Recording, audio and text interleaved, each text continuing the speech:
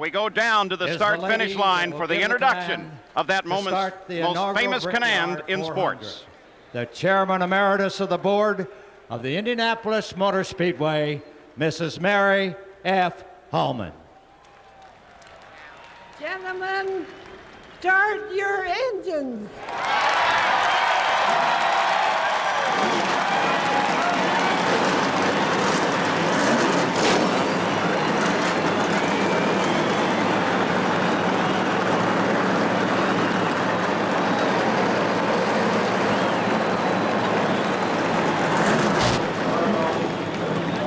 Well, Junior Johnson, back in the 60s, you tried to qualify for the Indy 500. Did you ever think you'd hear the command to fire engines for stock cars at the Brickyard? Well, no, I didn't, Jackie. This is a great event, and I think it's a historical event that we'll all remember the rest of our lives, and all the people that come here from now on will just be secondary. Two-car team here, Jimmy Spencer and Bill Elliott. What are your odds of winning it? I think we got good odds. Both of them running good. Bill's running exceptional well. If he stays out of trouble and finishes this race, he's going to be there. Well, let's throw it down to Jerry Punch. Jerry? Walking along with a man who's a former driver and now a car owner for Dale Earnhardt, where you... And Jimmy Spencer, the 18th row, Bobby Hillen and Kyle Petty. Row 19, Ted Musgrave and Jeff Burton. In row 20, Derek Cope and A.J. Boyd. And in row 21, Blake Speed and Harry Gant. And alone in the 22nd row is Mike Chase. So there they are. And aren't they pretty on the speedway? The pace car, a Chevrolet Monte Carlo. Elmo Langley, of course, the driver of the pace car. No celebrities here today. Well, Elmo doesn't get mad at me for saying that. He certainly is a celebrity. And the field lined up behind him.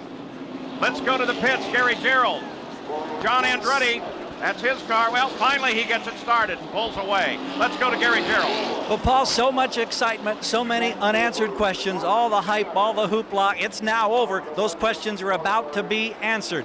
We know that it's going to place a premium today on pit stops because of the uncertainty of if you can pass and what's this race going to be like. A lot of pressure on the crews. We expect this first stops around lap 34 to lap 36. That would dictate a 4-stop race in this 400-mile event. However, some of these teams are notorious for getting good fuel mileage. If you can squeak out an extra 4 laps on a tank of fuel, you could make this a 3-stop race. Guys like Darrell Waltrip, Kenny Schrader, Ricky Rudd, they've been very good at it in the past. If they can do that today, it may give them a big advantage. Paul? Could be a very tactical race. Now, 400 miles here is 160 laps. We've already indicated that giant purse. And the historic pole sitter, Rick Mast, at 172.414 miles an hour.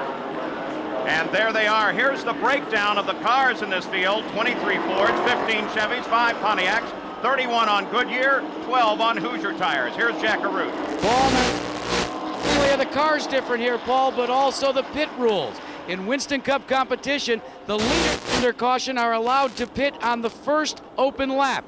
Then the cars that are 1 lap or further in arrears, they can come onto pit road. There's a speed limit of 65 miles an hour. The cars are in delineated stalls. If you put your nose over that stall, you're given an infraction penalty. More importantly, there's no radar guns to enforce the speed limit. They have a series of lines. If you go from one line to the other in too much time, you're brought in for a black flag penalty. It's 2 laps until they go to the green flag. Here are the point standings. Only 400 points separate first from 7th in the standings with 13 races to go. It's a spectacular fight that's going to continue to the end of the season. So there is that question, too, of tires here. Let's go to Jerry Punch. Well, Paul, for those that are unfamiliar... So many stories to watch here today. A perfect day for racing. You really couldn't ask for better weather. 70 degrees, a little cool for this time of year, but it's going to be sunny throughout the afternoon. And now, as the cars roll onto the backstretch at Indianapolis, here to call the Brickyard 400 in its inaugural running is the television voice of NASCAR, Bob Jenkins. Thank you, Paul. A beautiful sight as the cars come around corner number 2 and head down the long back stretch. Next time they're on this particular area of the racetrack, they will be working up to full speed. You see the drivers moving their cars back and forth, trying to get those tires very clean, and there is the in-car camera, actually the roof cam on Darrell Waltrip's car. He'll be having some great shots for us this afternoon. His brother Michael Waltrip also carries one of our in-car cameras. Bill Elliott, who finished second at Talladega a couple of weeks ago. He has a camera. We're looking back on Ricky Rudd. And Kyle Petty, we're looking back from his mellow yellow Pontiac. Bob, these fellows have rode by all these people. They have never seen as many fans as we have here at Indianapolis today. They are excited, but in just a moment, it's back to business. They work through the north end of the racetrack. Now between turns number 3 and 4, Rick Mast on the pole in car number 1. It's Dale Earnhardt on the outside of the front row. Jeff Gordon will start from 3rd position. Now they make their way around corner number 4 as Elmo Langley has the pace car positioned to pull it off of the racetrack. The eyes of the entire sports world are focused at this moment on 300 acres of real estate in the northwest section of Indianapolis, Indiana. A new tradition begins as the green flag is about to come out to signal the beginning of the inaugural Brickyard 400. And the green is out.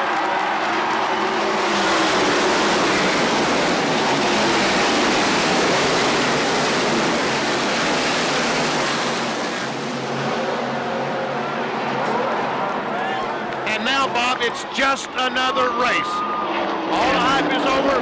These guys now can worry about winning the first Brickyard. Can they race 2 abreast through the corners? You bet they can. We saw it in the 1st and 2nd corners. Rick Mast has the lead as they come down the backstretch with Dale Earnhardt tucked in right behind him, but Jeff Gordon is trying to make a move on Earnhardt for the 2nd position in the 3rd turn, but he did not get it. Now Mast still has the lead as they head through corner number 3. Into corner number 4. And that move that Jeff Gordon made on the inside of Earnhardt probably let Rick Mast lead that first race. In 78 previous runnings of the Indy 500, 151 different drivers have led a lap. Rick Mast has become the first to lead a lap in the history of competitive stock car racing, and that's the first time he has ever led a first lap of any race. There's Labonte on the inside of Earnhardt trying to push him back to 5th spot, and Elliott's going to try to get alongside Earnhardt coming off 2. So Earnhardt falling back a few spots here in the early going of the race. Perhaps the car isn't working quite as well as he had hoped it would. Bobby Labonte, Dale Earnhardt, Bill Elliott, then Brett Bodine and Ricky Rudd as they go into 3. Earnhardt, as a matter of fact, touched the wall as he came out of turn number 4. Watch this. He's running in 2nd position at this moment. This was last lap ago. Oh, he hit it pretty good, Benny. He hit it pretty good, and I'm sure that Richard Childress and that crew are concerned. Bill Elliott has gotten by, but here's a lot of other cars trying to get by Earnhardt down the front straightaway. Look at them, 4 abreast. At the line, they're 4 abreast in a battle for position as Jeff Gordon has taken over the lead from Rick Mast. But Mast is coming back on the inside trying to retake the lead, but Gordon holds it coming off the 2nd corner. Jack Arute has a report on Dale Earnhardt. Well, Bob, Dale Earnhardt and Rick Mast came together on the start, and in that shunt, they think they may have bent the rear just a little bit. They're not sure down here. In fact, they are trying to radio to Dale right now, but they are going to try and keep him out as long as possible. That's why he hit the wall coming out. Well, Benny, he hit it hard enough that he could have very definitely sustained some damage to that car. Yes, he did, Bob. There we see Jeff Bodine, the Exide battery car, won the race at Pocono about a month ago. And we are yellow for the first time in the inaugural Brickyard 400 at the Indianapolis Motor Speedway. Huge break for Dale Earnhardt. Huge break for Dale Earnhardt. There is debris in turn number 1. That's the reason that we are under yellow for the first time in the inaugural Brickyard 400 at Indianapolis. We'll be right back. Back at the Indianapolis Motor Speedway, and Dale Earnhardt is in the pits having that car checked over. They're changing the 4 tires, and they're also getting the metal off. Let's watch the start of the race as Rick Mast and Earnhardt goes down in turn 1. and we can see the cars do touch just as they get the apex of turn 1. And then in turn number 4, the car got way up high as it exited the corner, and he made contact with the barrier. Yes, watch Earnhardt as he comes off the corner and goes just bam, right in the wall, and that can upset the toe-in on the car. Now we are under caution because the side window blew out of the number 99 car. There you can see it flying off, and also notice now that it comes down on the racetrack. Harry Gant will run over it. Wow. That was the side window out of the Sullivan car, and there he is in the pit area. You have to have, under NASCAR rules, that side window has to be in the car. So we see the fellows taping the window in. Also, Harry Gant has made a pit stop to check the damage on his car after hitting that window. Gary Gerald is in Danny Sullivan's pit. He came in and there was a consultation with a NASCAR official. He shut the engine down and everybody kind of stood around. The crew didn't realize what the problem was. Then they got the spare. You see them now trying to tape it into place, a very time-consuming process. And after Danny qualified yesterday, did such a terrific job to qualify 26th overall. Now the engine is off once again. And so the problems continue here early for one of the 4 men in this field who has knowledge of this racetrack. As a matter of fact, of course, he was famous for the spin and win at the Indianapolis 500 in the mid-'80s. The green flag waves once again. We're back under competition. It is Jeff Gordon who is leading, but look at the cars fan out at the back of the pack to shuffle for position. Position here at the Indianapolis Motor Speedway is going to be a premium today. Staying up front is going to be very important. Earnhardt all the way in the back of the field. Hurts him a great deal.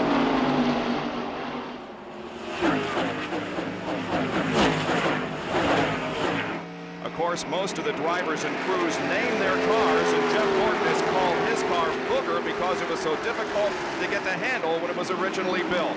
Now we see Mark Martin losing a couple of positions to Dale Jarrett and Ernie Irvin. And there goes Irvin on the inside of Dale Jarrett. And many drivers said that in the short chutes would be a prime opportunity for passing. They said if they can't race 2 abreast in the corners, that they would have an opportunity to make a pass in the short chutes, and we've seen that already today. I stopped and talked to Ernie Irvin this morning, and he was very confident he had a great race car, and it looks like he does. There's Morgan Shepherd and Rusty Wallace. Ernie Irvin right behind them, and Dale Jarrett. And Rusty just made the pass on Morgan Shepherd. Rusty Wallace driving for Roger Penske South. Roger hoping that he can pull off the double. His driver Al Unser Jr., of course, won here at the Indianapolis Motor Speedway for the 500, and he hopes that his driver Rusty Wallace can win the Brickyard 400. Currently in 9th position, Rusty Wallace from Fenton, Missouri.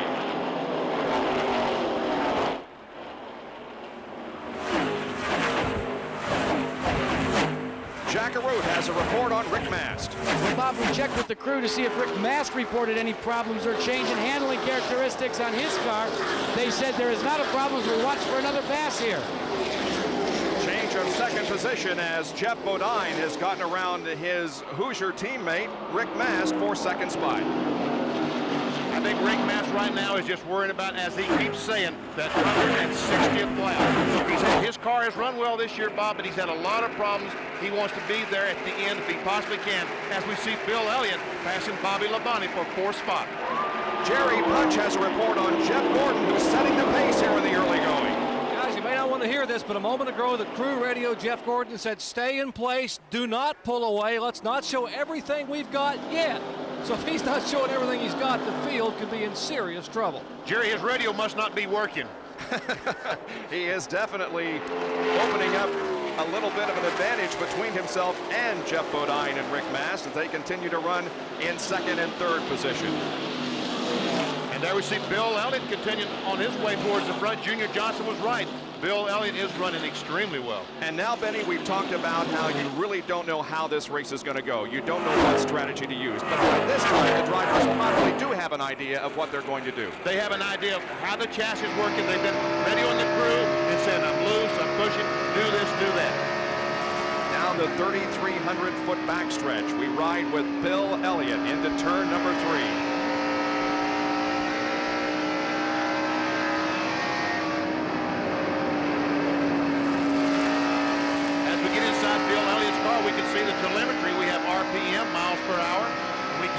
4th year, not hitting the brakes.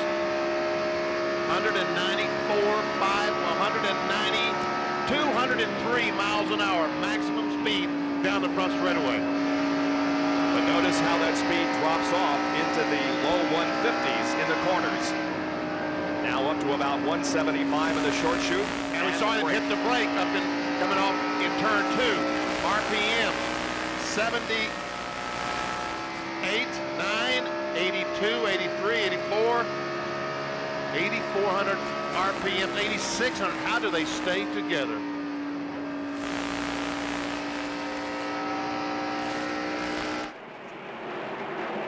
So Bill Elliott continues to hang on to that 4th position. He runs behind Rick Mast. Jeff Bodine and the leader of the race after 9 laps. And 27, Jimmy Spencer is in the wall. And some heavy contact with that McDonald's car. Must be up between 3 and 4. So for the second time in our race, the caution flag comes out as Jimmy Spencer is parked against the outside retaining wall, and heavy damage to the right side of the McDonald's Ford. And Spencer will not win 2 races in a row. Let's take a look at it. Well, there was smoke coming from the car. He's just simply trying to get on the brakes, Benny. Yes, the brakes. He's got the brakes locked up. I just like the tire went flat, or he had a flat as he went in the corner, or maybe the accelerator hung as he went in turn 3. Well, one of the hottest drivers in NASCAR Winston Cup racing has encountered a problem here in the early going. He's won 2 races so far in 1994. So the caution is out. Jeff Gordon is the leader. And we'll be back with more from the Brickyard 400 after these messages and a word from our ABC stations. Welcome back to ABC's live coverage of the inaugural Brickyard 400 NASCAR Winston Cup race from the Indianapolis Motor Speedway. Our second caution is out because of an accident involving Jimmy Spencer. We get an update from Gary Gerald. Bob, we talked with Mike for that particular team, and they were saying that he only radioed in and said that he got into the wall. They don't know how it happened, but he said he's had a problem with his shoulder that he hurt 2 or 3 months ago at North Wilkes-Barre early in the season. He thinks that's the pain he was complaining of. You saw him walk to the ambulance, and he thinks that perhaps he's aggravated that injury to the shoulder. That's the word from his pit crew, packing up and headed for the garage area as we go to Jerry Punch. And Gary, just a minute ago, one of Jimmy Spencer's crew members just ran back out of the garage area and yelled at me and said, hey, I think what happened was we flat spotted some tires and cut a tire down. When Jimmy had to jam on the brakes, we just went back and looked at the cars. They were pulling it in. They think all 4 tires were flat spotted. I'm in the leader's pits, Jeff Gordon. He has a pretty significant push. He and Ernie Irvin, a couple other competitors, complaining that the car will not turn in the corners. Let's check in with Jack Arute. Well, Jerry, the man that's running in second place, he complains of a push as well, and that is Jeff Bodine. The quote to his crew was, man, this thing is pushing like a dump truck. But the same cannot be said for third place driver Rick Mast. They were concerned about the altercation with Jeff Bodine. Now the situation is such that they feel their car is right, and they're going to coast for a little while. Danny Sullivan coasts out of the pit area. He is back in the race. Remember, the side window on his car blew out earlier in the race. He has it repaired. He is 5 laps down as he falls in line to take the green flag and about a half a lap to restart this event. Some of the spotters around the racetrack, as they observe the cars going through the corner, are saying right now that Jeff Gordon seems to have the best handling car of all the cars on the racetrack. Jeff Gordon is ahead of Jeff Bodine and Rick Mast as we anticipate a green flag coming out on board Bill Elliott's car, looking back on Bobby Labonte. There's part of the 300,000+ fans who were lucky enough to get a seat for the Brickyard 400. They had about 3 times as many requests for tickets as they were able to give out. Now the pace car has pulled off of the racetrack and Jeff Gordon leads them down. This is the 10th race that Jeff Gordon has led in 1994. He has led 274 miles in 1994 coming into this event. And track position time is so important. All these cars really and truly should have pitted because they've run 10, 12 laps, but they did not want to give up that track position. So Well, Wally Dallenbach and Michael Waltrip go to the inside to try to pick up a position. Dallenbach in the 43 car owned by Richard Petty, and Michael Waltrip in the yellow number 30 machine. And that's Hut Strickland right behind Wally Dallenbach. Pretty much a single file formation. One other question concerned drafting. Would they be able to draft? And I think it's pretty obvious that they are. Here's Michael Waltrip's roof cam as he negotiates turn 3, moves it out onto the short straightaway, and now into turn number 4. Michael's running in 15th spot. Trying to chase down Morgan Shepherd, the Citgo Ford.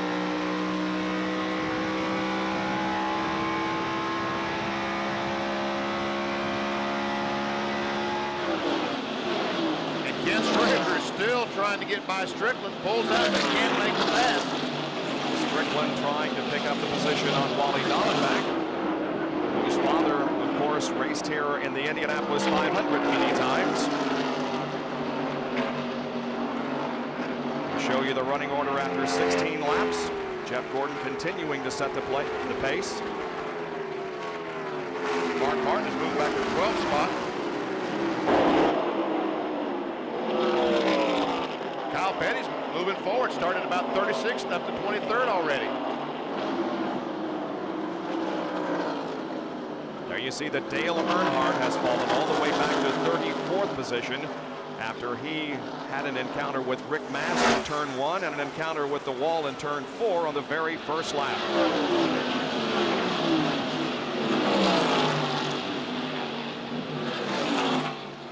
There's Ernie Irvin up on the back bumper of Rusty Wallace. Ricky Rudd leading this group of 5 through turn number 2. Right behind him is Brett Bodine and Sterling Marlin, the Daytona 500 winner, Rusty Wallace, and Ernie Irvin.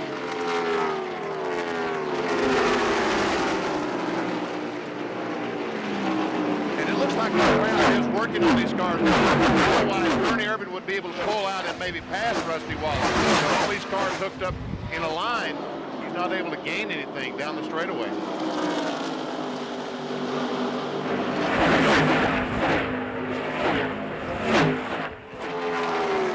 Gordon continues to lead. Jeff Bodine is second. There's a little bit of racetrack then back there to third, and here comes Brett Bodine to the inside of Ricky Rudd. Didn't take Rudd long to move over and cover that spot. Bodine moves up to 6th position. Now here's Sterling Marlin trying to get to the inside of Rudd in turn 2. They run through there side by side. Well, I tell you what, right now these drivers are being a little bit careful, but as the race wears on, we're going to have drivers drive in there and touch that other fellow in the left rear.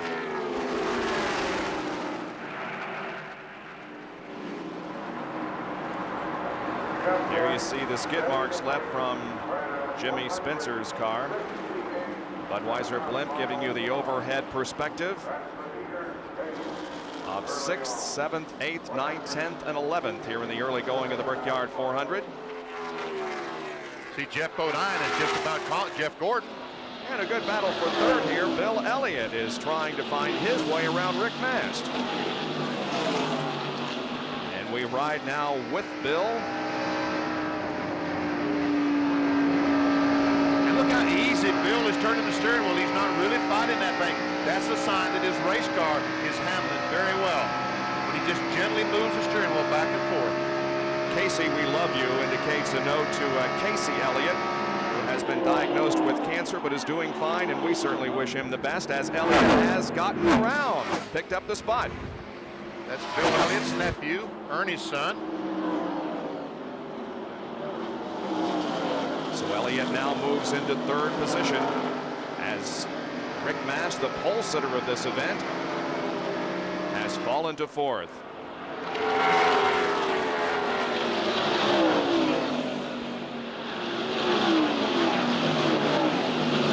Michael Waltrip and Greg Sachs having a good battle back there for position.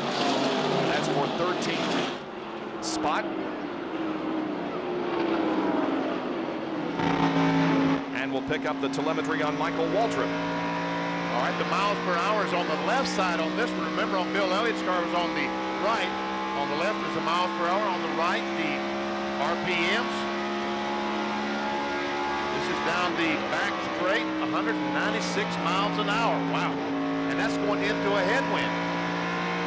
Didn't quite reach the 200-mile-an-hour mark we saw earlier. And once again, just like Bill Elliott, Michael Waltrip just applying a little brake as he goes in turn 4. All right, Benny, with 20 laps completed, what's your overall perspective of what's happened so far? I think that everything is going about the way everyone envisioned. Get in line, see what the car's doing.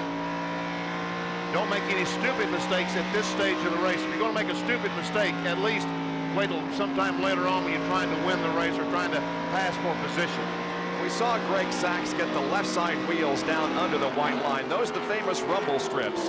They upset an IndyCar, but they don't have nearly as much effect on these heavier stock cars. Ernie Irvin told me that go right there in the number 28 Hamlin car, you cannot even feel those rumble strips in a stock car. Have we seen as much passing as you thought we would? Yes, I think we've seen quite a bit of passing here. Mark Martin, looks like his car's got going forward. He's passed Dale Jarrett, Ricky Rudd, closed up on the back bump of Ernie Irvin. Man, look at that line of cars. They are lined up in single file. Sterling Marlin leading Rusty Wallace into the first turn. 7th, 8th, and 9th, and 10th right there.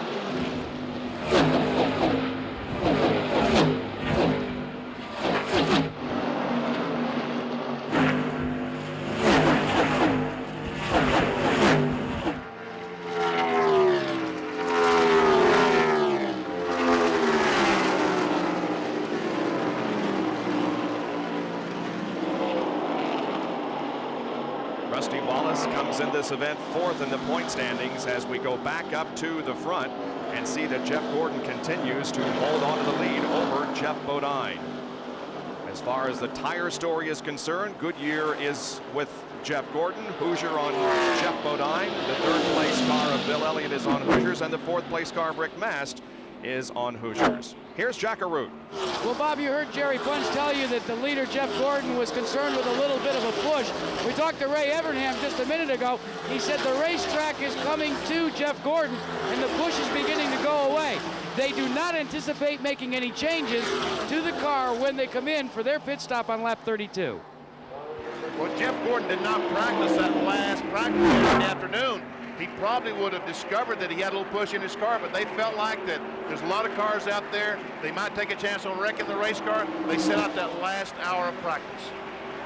You know, each of the 40 race starters who began today's race had hoped to become the Ray Haroon of stock car racing here at Indianapolis by being the first winner, but nobody wanted to be the Arthur Greiner. And he was the guy who finished last in the first Indianapolis 500 back in 1911, and I think we can give that distinction to Jimmy Spencer, who is being shown as officially out of the race after his contact with the wall in turn 3. As we watch the fight for the lead, let me tell you, Earnhardt fans, that he is currently running 27th as Jeff Bodine passes Jeff Gordon, takes the lead.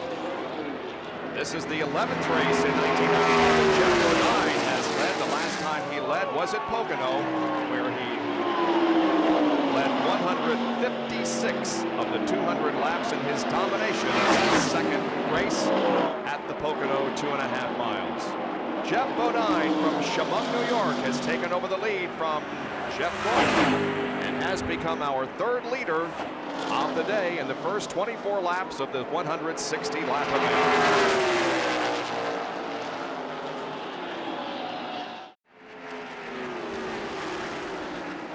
Back at the Brickyard 400, 27 laps completed. Jeff Bodine sets the pace ahead of Jeff Gordon, Bill Elliott, Brett Bodine, and Sterling Marlin. And there is A.J. Foyt, who is currently being shown in the 33rd position. Boy, A.J. sweated out some anxious moments late yesterday afternoon in the qualifying. He was the 40th fastest, and there were several that took a shot at him, but nobody could go faster than A.J., and so he made the Brickyard 400, although he is coming out of retirement to do so. Well, he said he only officially retired from IndyCar racing, and so this isn't really coming out of retirement.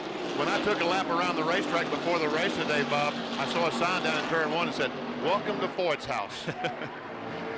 Now some good battles going on back here. Brett Bodine leads Sterling Marlin down the straightaway. Rusty Wallace is right there, and Ernie Irvin is moving to the inside of Bobby Labonte. And we saw Rick Master, pole sitter, at the very end of that line of cars. So Rick Mast has fallen back here in the past few laps. He is now back to 9th position after leading initially. Jerry Punch is with Dr. Henry Bach, the Director of Medical Services here. Report on Jimmy Spencer. Hank, you just checked Jimmy out. What's the status? Jimmy came in here walking, looking pretty good. He was complaining of some pain in his right shoulder blade area, had a lot of bruising back there, some around his right neck. I suspect he may have had some injury down to his right shoulder blade. So will you send him down for further x-rays? His way now, Jerry. So Jimmy Spencer going down to Methodist Hospital for x-rays. And we might remind you that Jimmy Spencer broke his right scapula or shoulder blade early in the year in a practice incident at a short track in western North Carolina, practicing his Ford Thunderbird back in March of this year. So it's the same shoulder. They're going to send him down and get an x-ray. We'll try to get a report as soon as possible. All right, thank you, Jerry. Jeff Bodine leads here over Jeff Gordon, and Gordon was telling him to just stay in his rhythm and run his own race, and he is staying within sight of the leader, Jeff Bodine. Can you imagine 23-year-old Jeff Gordon running right behind Jeff Bodine, the leader, and led the Brickyard 400 at 23? Well, and I know the fans gathered here at the Indianapolis Motor Speedway were going crazy when Jeff was in the lead because he is a hometown favorite. He, of course, was born in California, but some rules out there didn't allow a race driver to race as young as Jeff. And so he came to Indiana to run with various organizations, including the United States Auto Club, picking up 2 championships with USAC before deciding to go to the Stock Car Wars. Here's Jack Arute with a report on Jeff Bodine. Well, Bob, when Jeff Bodine first started racing in New England in modifieds, he owned his own race cars. He owns his own Winston Cup car now, and he has devised a problem-solving log that is posted on the pit wall here. You'll notice that it says that you should take care of your own problems afterwards, but look at how he breaks it out. If the jack breaks, they have what the situation and the remedy should be, all the way down if the spoiler needs adjusting, if there's a problem under the hood, if the gas man falls, if the jack drops early, etc., all the way down here. But the one thing, Benny Parsons, that it doesn't have is what they should do if they win the race. I think down here it should say, go to victory lane. Believe me, Jack, there'll be about 1 million people trying to direct them to victory lane. And Jack, we've got some pit stops already started at lap 30. Brett Bodine running in 4th position, but receiving a challenge here from Sterling Harlan. And right behind are Rusty Wallace and Ernie Irvin. Brett Bodine, of course, drives for drag racer Kenny Bernstein, and has already announced that he will not be back with this team next year, but certainly Brett Bodine would like to give Kenny a win before the two separate at the end of the season. And Kenny Bernstein has raced here at the Indianapolis 500 many times. With an IndyCar, right? Roberto Guerrero, of course, a track record holder here.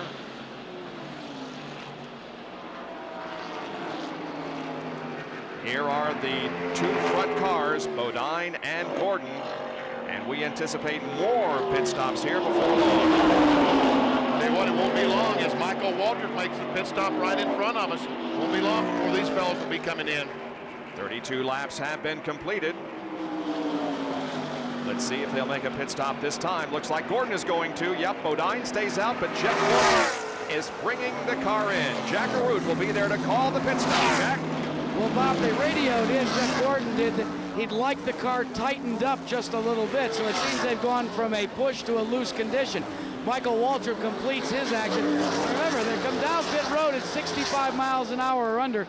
The crew remains on the driver's left side of the wall. They come across as he hits the second to first stall, and now they go to work. They will change all 4 tires, and it looks to be a normal stop. We'll see if they make any adjustments on the wedge. So far, we have not discerned any, and it seems to be a nominal stop as Rick Mast also comes in to make his pit stop.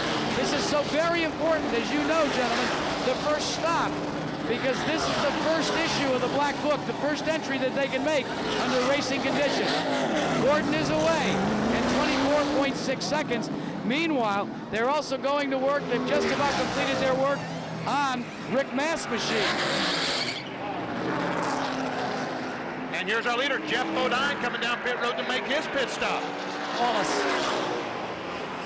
Benning out a real good pit stop for Jeff Gordon. He had some problems there on the left front. They did put one round of wedge in the car, but they did have a problem with the jack. It wasn't jacked high enough on the left side. Here's Jack Arute to call Bodine's pit stop. Well, Bob, Jeff Bodine may have a problem. He radioed in that he's feeling a vibration. Now, these cars run with inner liners, so it could have been, as they say, a tire equalizing and causing that vibration. The cars look awfully slow coming down pit road, but that is because instead of a 100-mile-an-hour speed limit for Indy cars, these cars use a 65-mile-an-hour speed limit. 22.4 seconds for that stop by Jeff Bodine. Ernie Ehrman has completed service on his car. Rusty Wallace rolls out of the pit area. Brent Bodine has completed service, so has Mark Martin. And Bill Elliott now is on pit road. He's the leader of the race. He picked up the lead for just a moment. Jerry Punch, he's headed toward you. At 55 miles per hour, the 38-year-old 8-time most popular driver, Elliott, will come in. They will likewise change 4 tires and try to tighten his Ford up just a little bit. Mike Beam and the crew now go to work. Right side tires going on. We thought they may be able to change just 2 only, but it's enough. Tires are too important here. First can of fuel in. Junior Johnson handing a tire over the wall. Left side tires now coming off. Fresh Goodyear rubber going on. Jack beneath the car. They get it full of fuel. Blood turns on. He is down and away at 19.3 seconds. Good stop for the Budweiser crew. Yes, indeed. Elliott with a good pit stop. Of course, the cars entered the racetrack on these acceleration lanes. So Bill Elliott working back up to speed after completing his first pit stop. Now, Todd Bodine in car 75 coming in the pits here, picked up the lead for the moment, but now he relinquishes it to come in for his pit stop. Todd Bodine, who ran so well in the Daytona 500 and has run several good races this year, is in the pit stops in the pits for service on, and the jack down on that car. And the jack fell on that car. Slowed him down probably 5 seconds, Bob. This is going to be a very slow pit stop for Todd Bodine. They're just now getting over to the left side of the car and getting it jacked up. You can see the clock ticking up in the right-hand corner of your screen. And once again, he can't get the jack up high enough. Look, 30 seconds. And finally, at 33.8 seconds, Todd Bodine rolls back out. The 77 car of Greg Sachs is now the leader of the Brickyard 400, but pit stops are being made. You're watching live coverage of the inaugural Brickyard 400 live on ABC Sports, and we'll be back with more after this message and a word from our ABC stations.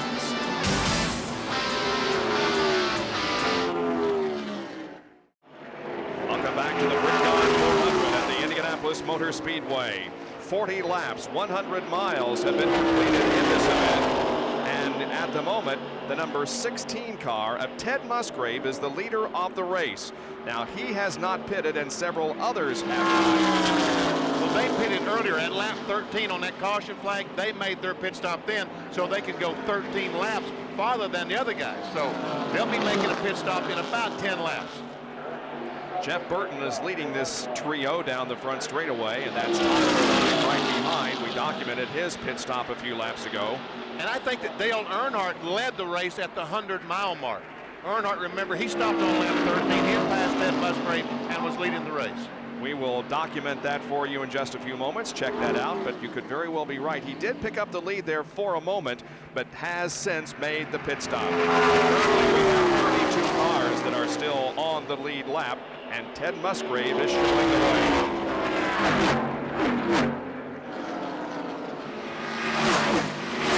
Of the cars that made that series of pit stops in our last sequence, Bill Elliott is leading those cars, and Jeff Gordon is second, Jeff Bodine is third, and there goes our leader, Musgrave, heading toward the pits.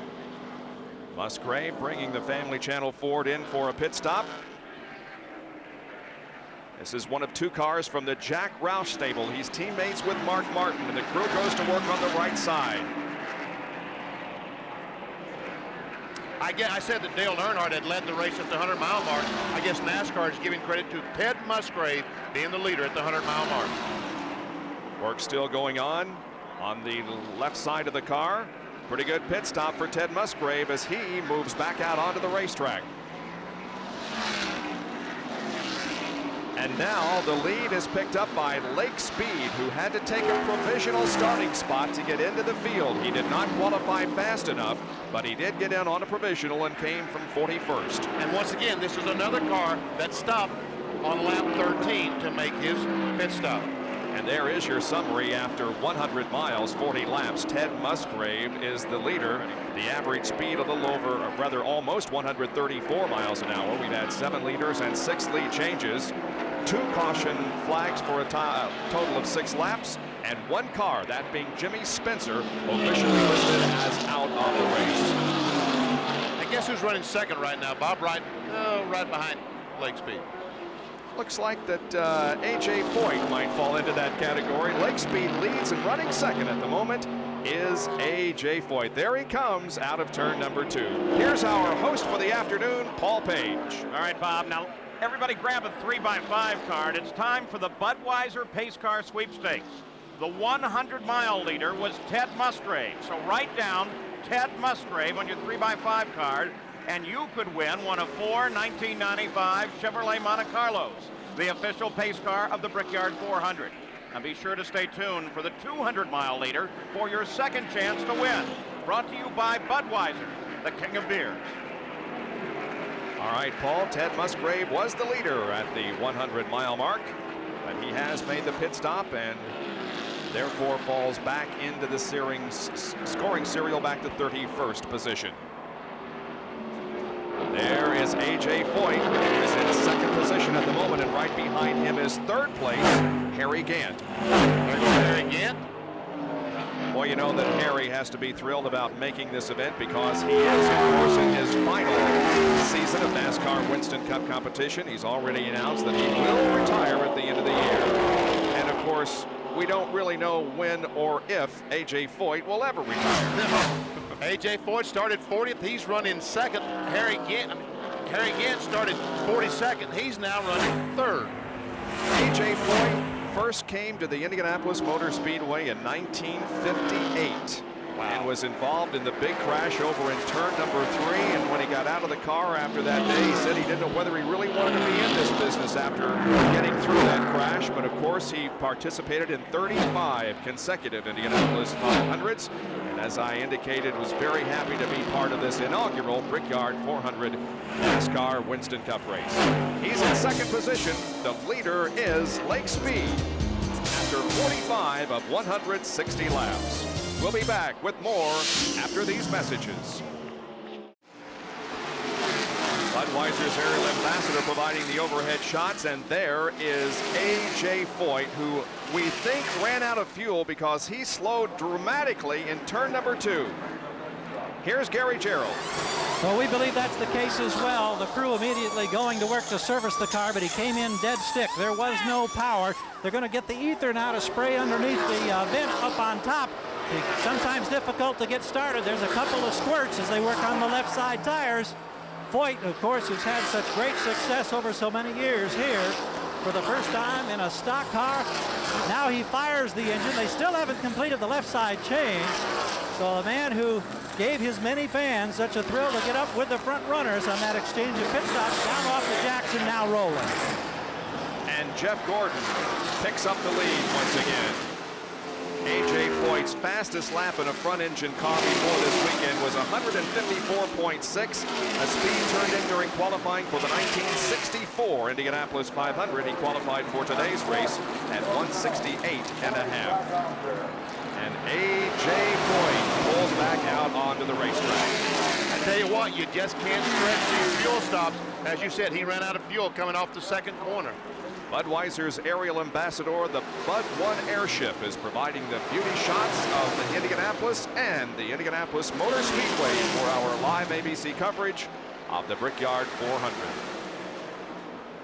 So Jeff Gordon continues to lead this race. Now we have seen all of those drivers who pitted early come in for their stop, and so we revert back to Jeff Gordon as the leader. Jeff Bodine is running in second position, and Jeff is into the pits. Wow. This must be an unscheduled stop because they went to the left side. Jeff Brabham driving a car owned by Michael Kranivus and Carl Haas. Michael Kranivus, a former director of special vehicle operations for Ford, and Carl Haas, of course, an IndyCar owner, putting together their knowledge into this NASCAR Winston Cup effort that has performed very well under Jeff Brabham in the Brickyard 400. A good battle here for second position as Jeff Bodine is just ahead of Bill Elliott, with whom we ride. Yes, we're inside with Bill Elliott, and still he's not fighting that steering wheel, just smoothly turning the wheel as he comes off the second corner.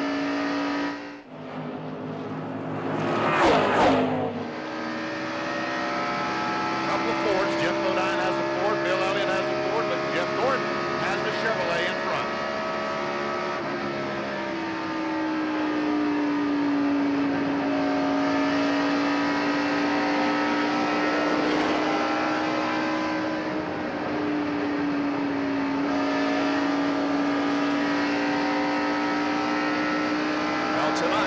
Baseball tonight in America, with coverage of all the action around the major leagues. Live regional coverage begins at 8, 7 Central. Check your local listings for the game in your area. That's tonight here on ABC Sports. And you better watch all the baseball you can, because next week they go on strike. We have already had 10 different leaders in today's event. The record this year for most leaders in a race was 13 at Daytona, so we're on a record-setting pace for most leaders this year. Bill Elliott now having to carry the Junior Johnson colors because his teammate Jimmy Spencer is out of the race after crashing in turn number 3. Gary Gerald has a report on the fuel situation. Gary? Well, Bob, I think one of the uncertainties, one of the questions that was posed before the start of the race may be answered. We said if you could squeeze out 40 laps, 100 miles, you could conceivably make this a 3-stop race. Well, we saw the flurry of cars that came in on the early yellow at lap 13. In our quick survey, we have not found a team that was able to make it 100 miles. So it doesn't look like anybody's going to have an advantage in a one less pit stop, as we may have speculated at the start of the show. Harry Gant, I think, in the 33 car went further than anyone else. He might be able to go 100 miles, but it'd be awfully close. We're watching 4th and 5th position here. The 26 car driven by Brett Bodine, and the number 2 machine handled by Rusty Wallace. Just ahead, a couple of lap cars, Bobby Hamilton and Joe Nemechek. Brett Bodine, one of 3 Bodine brothers in the race today. And of course, there were 3 brothers that competed here in Indianapolis in the 500 back in 1982, the Whittington brothers.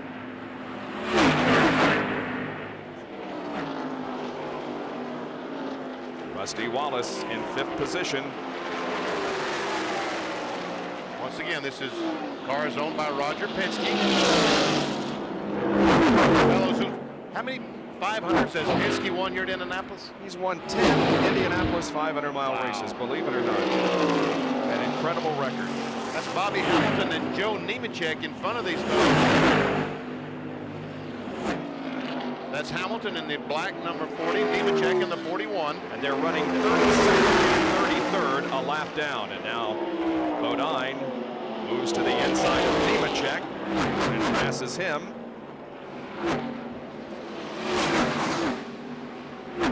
And now Rusty Wallace goes to the inside and gets around Nemechek. And so this battle for position between Bodine and Wallace is continuing.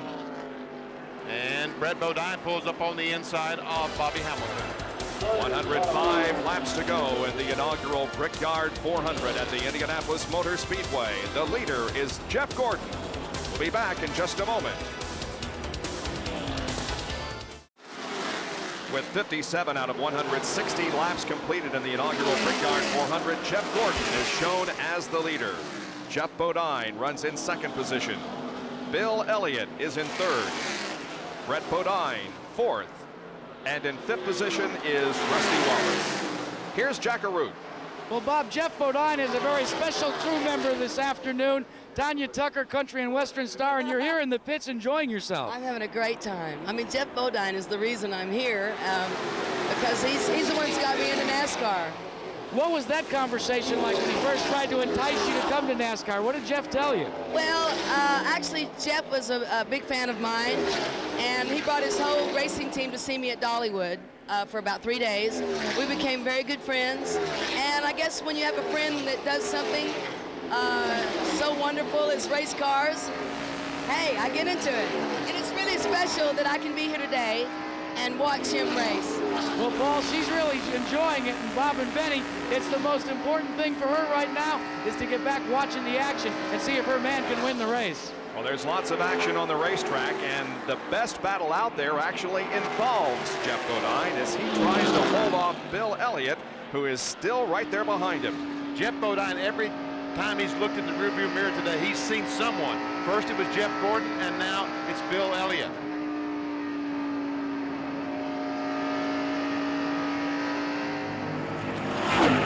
It's been a long time since regular visitors to the Indianapolis Motor Speedway heard the drivers get on and off of the accelerator. In an Indy car, you're flat out all the way around. But as we heard when we were riding with Bill there just a second ago, you got to back off and hit the brake going into the corners in these stock cars. And going to all four corners, you back off and hit the brakes. Let's check in with Jerry Punch, who has a report on Bill Elliott. When Bill Elliott pitted a little while ago, he had complained that the car was starting to get just a little bit loose. They tightened the car up, and apparently they have gone way too tight. Bill's having trouble with the push in the corners. He runs fine when he's behind another car, but when he gets in front of a car, it gets even worse. So he said he's going to have to bide his time. They should pit in another 8 or 9 laps, and they will adjust back from where they made the car so tight on the first pit stop. So Bill is staying as close as he can behind Bodine because it helps the car handle better. But you really can't tell it, Bill Elliott, by watching his hands on the steering wheel, Bob. You really can't tell he's having a problem because still he isn't really fighting the car. See as he turns. You see, he's never keeping that wheel all the way to the left. If he kept it all the way over there, you would know that he had a pushing problem. But every once in a while, he goes back to the right like he's trying to catch the back end.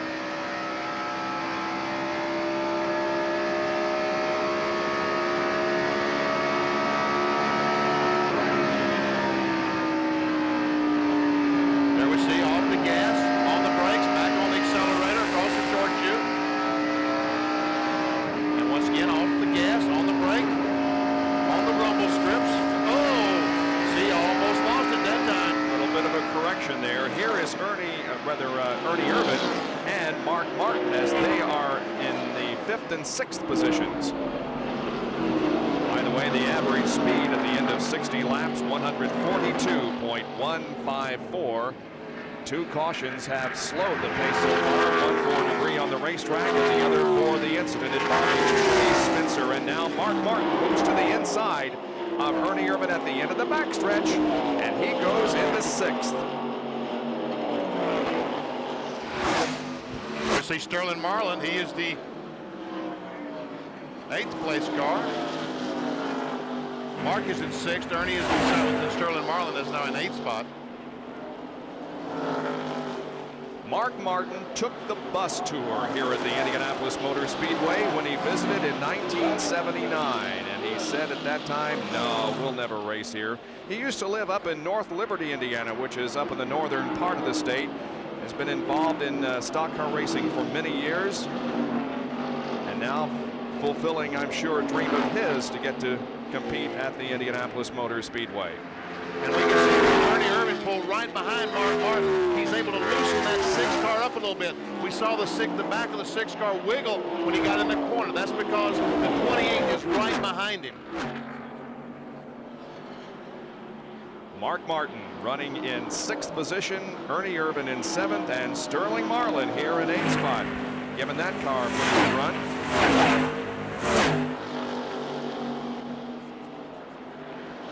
We understand that the 26 car of Brett Bodine may be losing some fluid. He is running in the 5th position, so we'll keep an eye on that for you as we watch Mark Martin and Ernie Irvan. There goes Jeff Purvis and Sterling Marlin. That's Jeff Purvis in the yellow and red car, the Country Time. Mark Martin pulled over trying to get a little draft off Purvis down the straightaway. Purvis pulls over to the inside of the track to give the faster cars a lot of room. Purvis is running in 31st position. He is 1 lap down to the field. Jeff Gordon continues to lead here in the inaugural Brickyard 400. We'll be back with more from the inaugural running of this race after these messages and a word from our ABC stations. Back at the Brickyard 400 at the Indianapolis Motor Speedway, and pit stops are being made once again. Green flag pit stops. This is Mark Martin getting service on the left side of the car now. We saw them put one roundup wedge in the car, and the right rear tire rolled all the way across pit road. Finally, one of his crew runs over, gets the tire. As others come down, Rich Bickle making a pit stop. So is Jeff Purvis, and that car isn't moving. No, it's not. Something's wrong. I don't know. He's the car going. Now he's up to speed.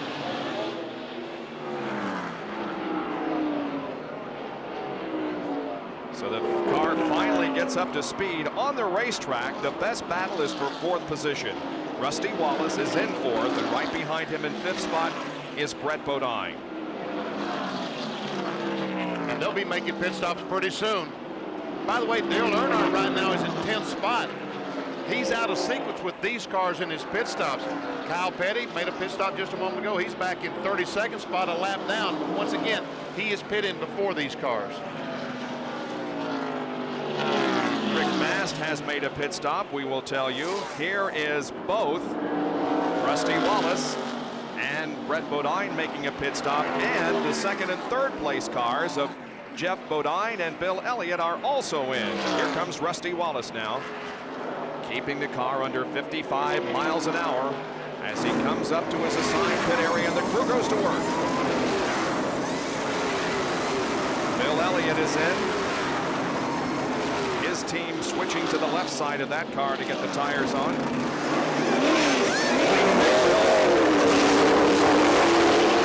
Elliott is back underway. Rusty Wallace is finished with his pit stop. And there we see Jeff Bodine just leaving the pit, so he was still able to maintain that position in front of Bill Elliott. There's Jeff, Brett Bodine coming out. We anticipate a pit stop by our leader, Jeff Gordon, momentarily, as Bodine works back up to speed in the warm-up lane in turn 2.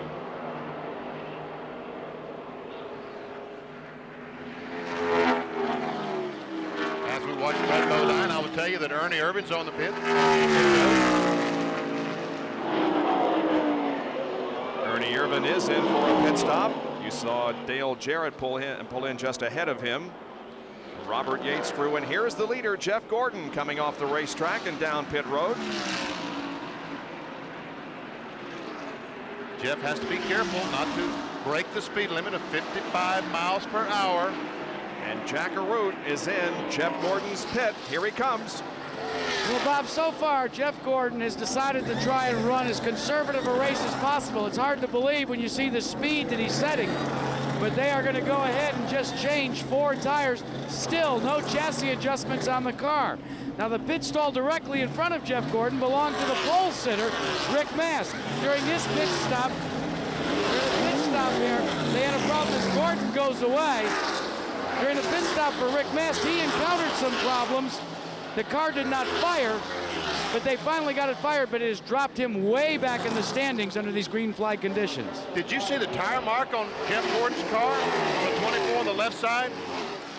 He's definitely had contact with someone. Here, maybe we can tell what happened. That is Jeff Bodine to his inside. Jeff Bodine is trying to get by him, and Jeff Gordon is trying to go to pits, and they make contact. This was out of turn 4. Jeff was trying to get to the pits and had made some contact there with Jeff Bodine. Man, I tell you what, we saw the fella changing the left front tire look at the fender, and I don't know if it was rubbing the tire or not. And look, the left front is flat. Look how close the front of the car is to the ground. Dale Earnhardt comes in. He gives up 4th position to make a green flag pit stop. Earnhardt has had problems since the very first lap, trying to fight his way back up into contention.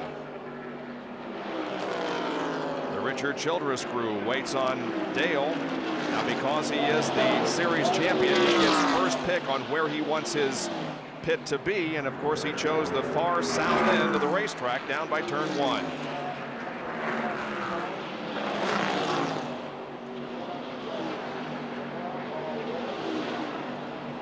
Looks like the car is full of fuel. As soon as the tires are on, he'll be away. Good stop at 19.7 seconds for Dale Earnhardt. The lead is now held by Greg Sachs. Here he is running in a bunch of cars off the 4th turn. That's he in the white car right in the middle. Dave Marcus, the yellow car in front. Jackaroo has a report on Jeff Gordon. How's the car? Well, the report is, gentlemen, that there are no problems with the car. There was some question as to whether maybe he had the left front go down in that little set-to with Jeff Bodine, but talking to Ray Evernham, he said everything's okay, but he did say, hey, we dodged a bullet. Well, they sure did, because there was pretty significant contact between him and Jeff. So for the second time this afternoon, Greg Sachs takes over the lead of the race. It looks like that Mark Martin's car is slow. The Family Ford is slow coming off the corner. And Greg is pitting. And now we see Mark Martin pull over to the inside as our leader, Greg Sachs, takes the U.S. Air Ford to pit road. Notice how he had to get on the brakes and slow down considerably from the speed he was at on the racetrack to stay under the speed limit. Now that puts Jeff Gordon back into the lead.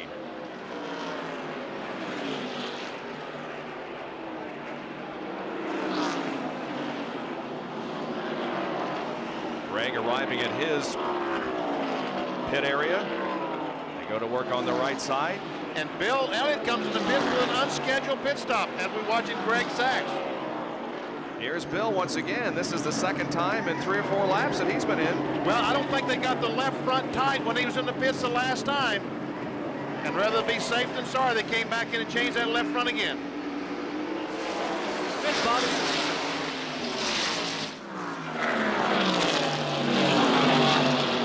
Jerry Punch was down there when Bill came in. Is that indeed what happened, Jerry? Well, let's check with the crew chief, Mike B. Mike, an unscheduled stop. What happened? He said he thought he had a vibration, so I kind of gambled there, just hoping it's the left side. You know, I didn't want to change forward, get farther behind here, and it's just our luck. Their kind of luck, the kind of year they have had with the Junior Johnson team, can't afford to take a chance. A vibration at 200+ miles an hour on these straightaways could be disastrous, guys.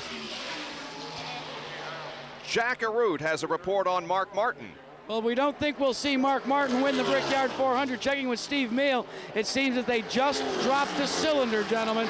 So he's going to have to run at reduced speeds now for the remainder of this race. Well, it appears as if Jeff Gordon's car has not been all that much affected. There is the damage on the left side with his contact with Jeff Bodine, but it does not appear to be affecting the running of the car in any way. There, the 55 car of Jimmy Hensley goes a lap down to Jeff Gordon, also Wally Dallenbach. Wally Dallenbach driving for Richard Petty is shown now in 23rd position, and he is a lap down. There are 22 cars on the lead lap. This place will erupt if Jeff Gordon wins the inaugural Brickyard 400. So many Central Indiana people are a real favorite of Jeff Gordon's, and they were very happy when he won his first NASCAR Winston Cup event at Charlotte Motor Speedway earlier this year on the same day as the Indianapolis 500. Stay with us for more live coverage of the Brickyard 400. At the Indianapolis Motor Speedway and the inaugural running of the Brickyard 400, the lead is held by Jeff Gordon, with Jeff Bodine running second, Harry Gant third, Rusty Wallace in 4th position and Ernie Irvin in 5th. More than 300,000 fans here. Well, we don't know exactly how many because the Speedway never tells us, but we assume somewhere a little over 300,000. By far the largest crowd that the NASCAR Winston Cup drivers have ever performed for, and probably the second largest crowd in motorsports history next to the Indy 500. I tell you what, huge, lot of folks here. Look at that, people on both sides, right and left as they go down the front straightaway. Here's Kyle Petty. He is half a lap away from the halfway point. And a caution. We have a caution. The yellow flag is waving by Doyle Ford, but it still will be the halfway point when he comes around.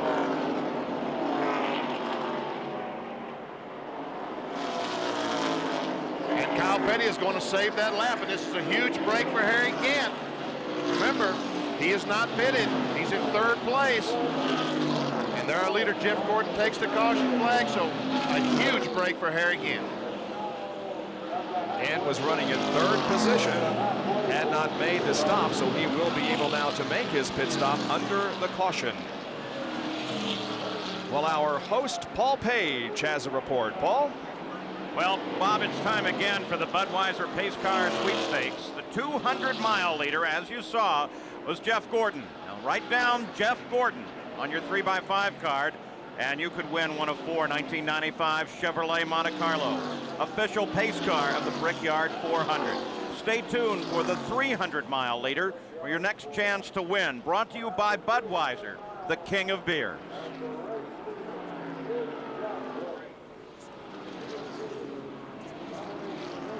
So we are under yellow. It is our 3rd of the day here at Indianapolis.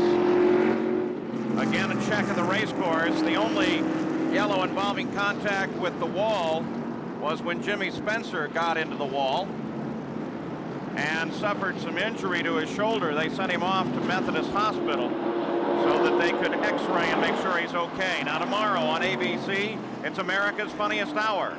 And then Clark Seeker may be revealed on Lois and Clark. The New Adventures of Superman, then Richard Dreyfuss and Holly Hunter star in Steven Spielberg's Always, tomorrow night here on ABC. So this giant crowd watches at the halfway point. And in front of the field, it is Jeff Gordon. Our race summary at the halfway point of the Brickyard 400 shows the lead was held by Jeff Gordon at average speed of 146.017, 10 leaders and 12 lead changes, 3 caution flags, total of 7 laps, 1 car. Jimmy Spencer officially out of the race, and he is being x-rayed at Methodist Hospital for a possible shoulder injury. Lots of pit stops here in the last few minutes. Let's check in with Jack Arute. Well, Bob, one of the things that you have never seen at the Indianapolis Motor Speedway before is a car coming off the racetrack, going to Gasoline Alley, and is going to have parts replaced and go back out. Mark Martin, a clutch. Yeah, I rent the clutch trying to get it out of the pits. Concrete pits don't let you spin the tires like it does in most places where we're at.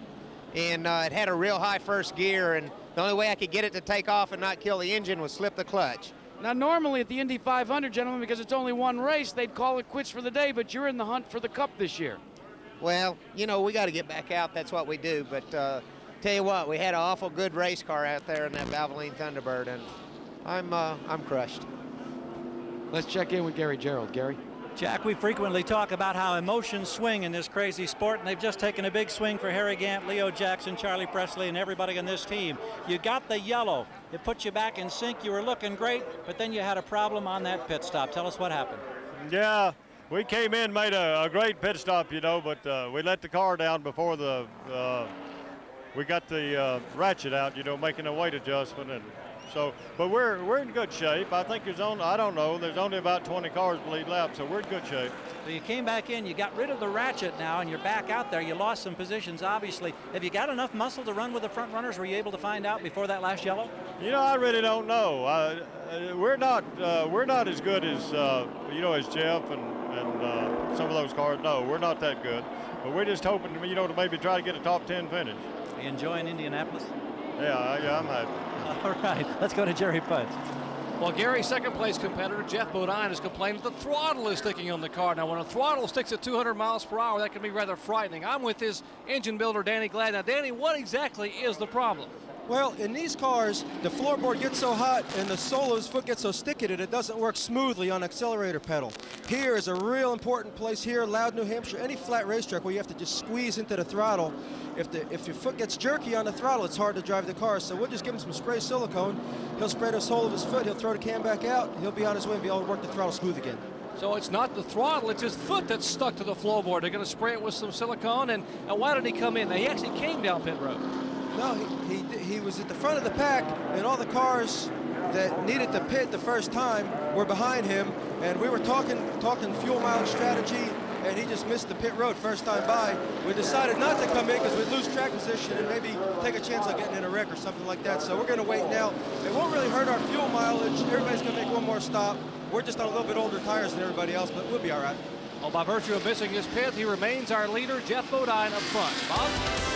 All right, thank you, Jerry. We'll be back with more from the Brickyard 400 after this message and a word from our ABC station.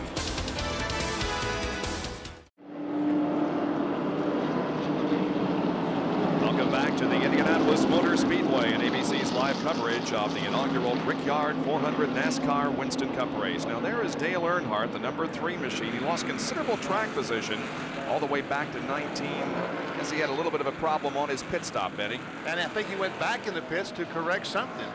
Here's the leaderboard. Jeff Bodine, Sterling Marlin, Jeff Gordon, Brett Bodine running 4th, and Rusty Wallace 5th. 6 through 10, Rudd, Irvin, Elliott, Jarrett, and Speed. Here's Jack Arute. Yeah. Well, Bob, Rick Hendrick, who's one of the owners of the car that Jeff Gordon is driving, just radioed to his driver and said, "What are you trying to do? Put on a great show, show yourself off in front of the hometown fans?" And all Gordon did is say 10-4. Well, we are going to see, Benny, what he's got now, because he's back there in 3rd position. He's got Marlin and Bodine ahead of him, so we're going to see how strong that car is. Jeff Bodine, as I said, has got several laps on his tires. We'll see if he can stay in front of Sterling Marlin, but here's Jerry Punch. Jerry, what was the problem on Earnhardt's pit stop? Well, let's grab Richard Childress. Richard, why the 2 pit stops? Well, our tape was blowing off the front of the car, and, was picking up a little push, so we put the tape back on it and tried to do a little adjustments there. So nothing major? Nothing major. Just priming himself for the second half of this event, the second half run. Bob? Green flag drops, and we're back to racing, with Bodine leading him into turn number 1. The inside cars are those not on the lead lap.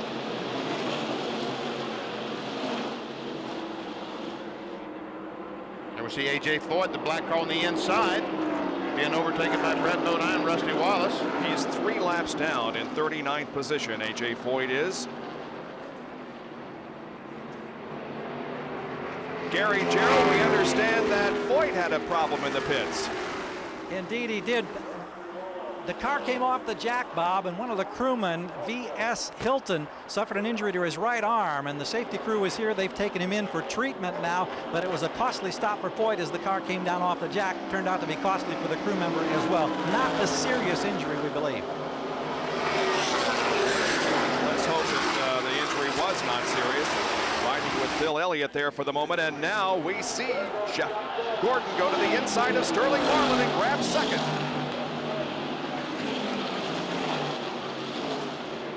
So we found out that Jeff Gordon can pass Sterling Marlin with ease, and I'm impressed with Jeff Bodine being able to pull away from these cars this much with an extra 15, 16 laps on his tires. He is on the Hoosier tires, don't forget, whereas Jeff Gordon is on the Goodyears. Brett Bodine overtaking Bobby Hiller going in quarter. Brett Bodine is having a great race. Now we're going to replay Dale Earnhardt's pit stop. Dale Earnhardt's pit stop. Richard Childress talked about coming in the pits. We see him going to the left front. Also going around to the right front, putting some tape on the car. That helps the car, the downforce on the front of the car, helps the car glue to the racetrack a little bit better.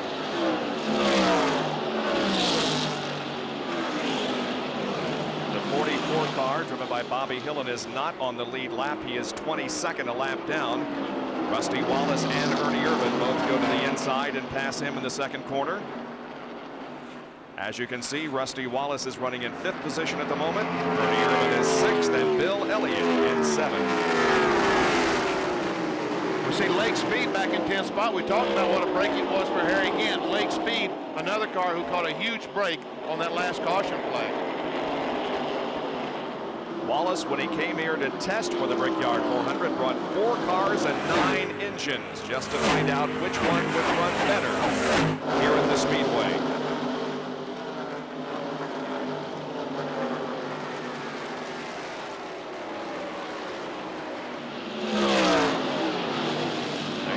John Andretti, who is 2 laps down, along with Jeff Brabham. Brabham also came in and got some tape on his car a few laps ago. A.J. Foyt is 3 laps down, running in 39th position. Mark Martin, we've already talked to. His car is back in the pit area, getting a clutch replaced. Danny Sullivan, Indy 500 veteran, is 8 laps down in 42nd. And Jimmy Spencer is shown as the only car officially out of the race at this point, having crashed early on.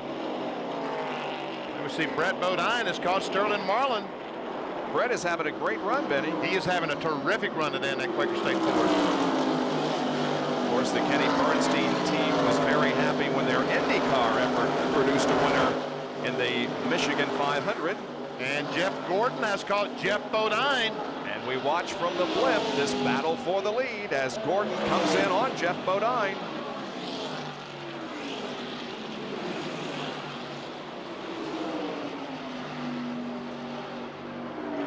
See if he can make the pass here on the backstretch. Like Jeff Bodine really does want him to pass. Now Gordon goes to the inside but cannot make the move in turn 3.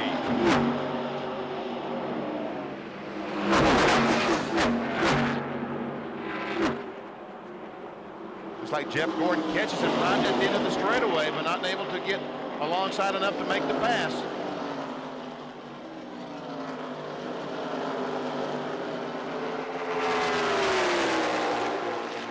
Now he's going to try it again. Nope.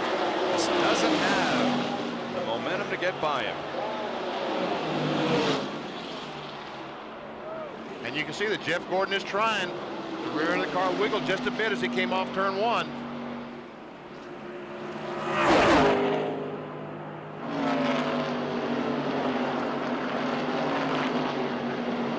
Does he want to take the lead at this point, Benny? Oh, yes. He wants to lead this thing. Any race car driver wants to lead if he has a car that's capable of it.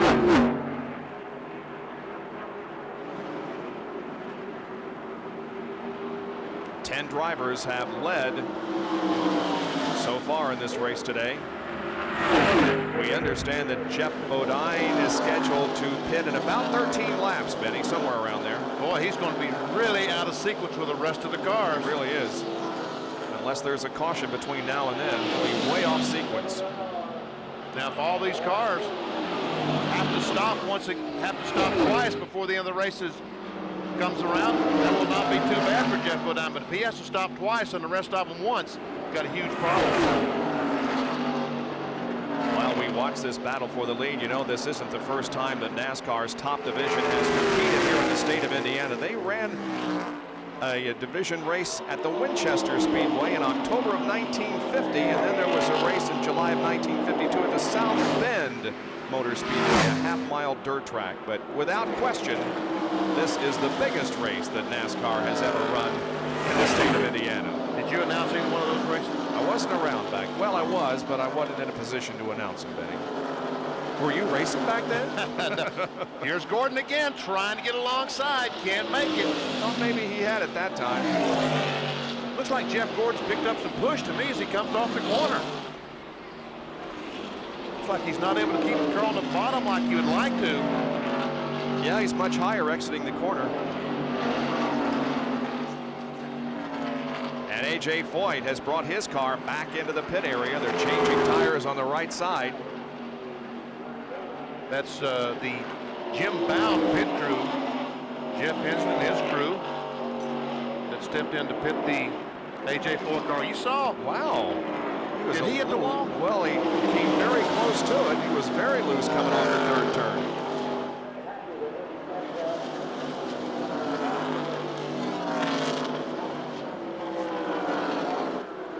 Jack Arute has a report on Jeff Gordon. Well, Benny Parsons, you haven't lost your touch. Indeed, Jeff Gordon has gotten a little bit of a push coming out of the corner. They had it earlier in the day, and the track came to them. It seems when the fuel load goes down, it tends to go away. So they're not really that concerned about it. It just makes it a lot tougher to go for the lead. Yeah, well, Jack, we can see as he comes off the corner how the car drifts up towards the wall. As he jerks it away from the wall, then he's losing the back end once in a while. Jeff Gordon has led 43 laps of this event, while Jeff Bodine continues to rack up the laps led. He now has been in front for 24 circuits. Oh, we have a crash. That's Mike Chase over against the wall, the black car, and looks like Dave Marcus, the yellow car, down in the grass. Looks like there's heavy damage to the front end of the car, driven by Mike Chase there against the wall in turn number 2. And Dave Marcus has sustained some heavy damage on the left front of his car also. Boy, there is heavy damage to that 50 car. Got that Tyson hood all warped up.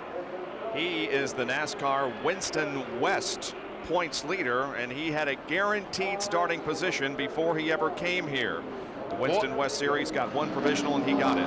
What a huge break this was for Jeff Bodine. I'll bet you he doesn't talk and pass pit road this time.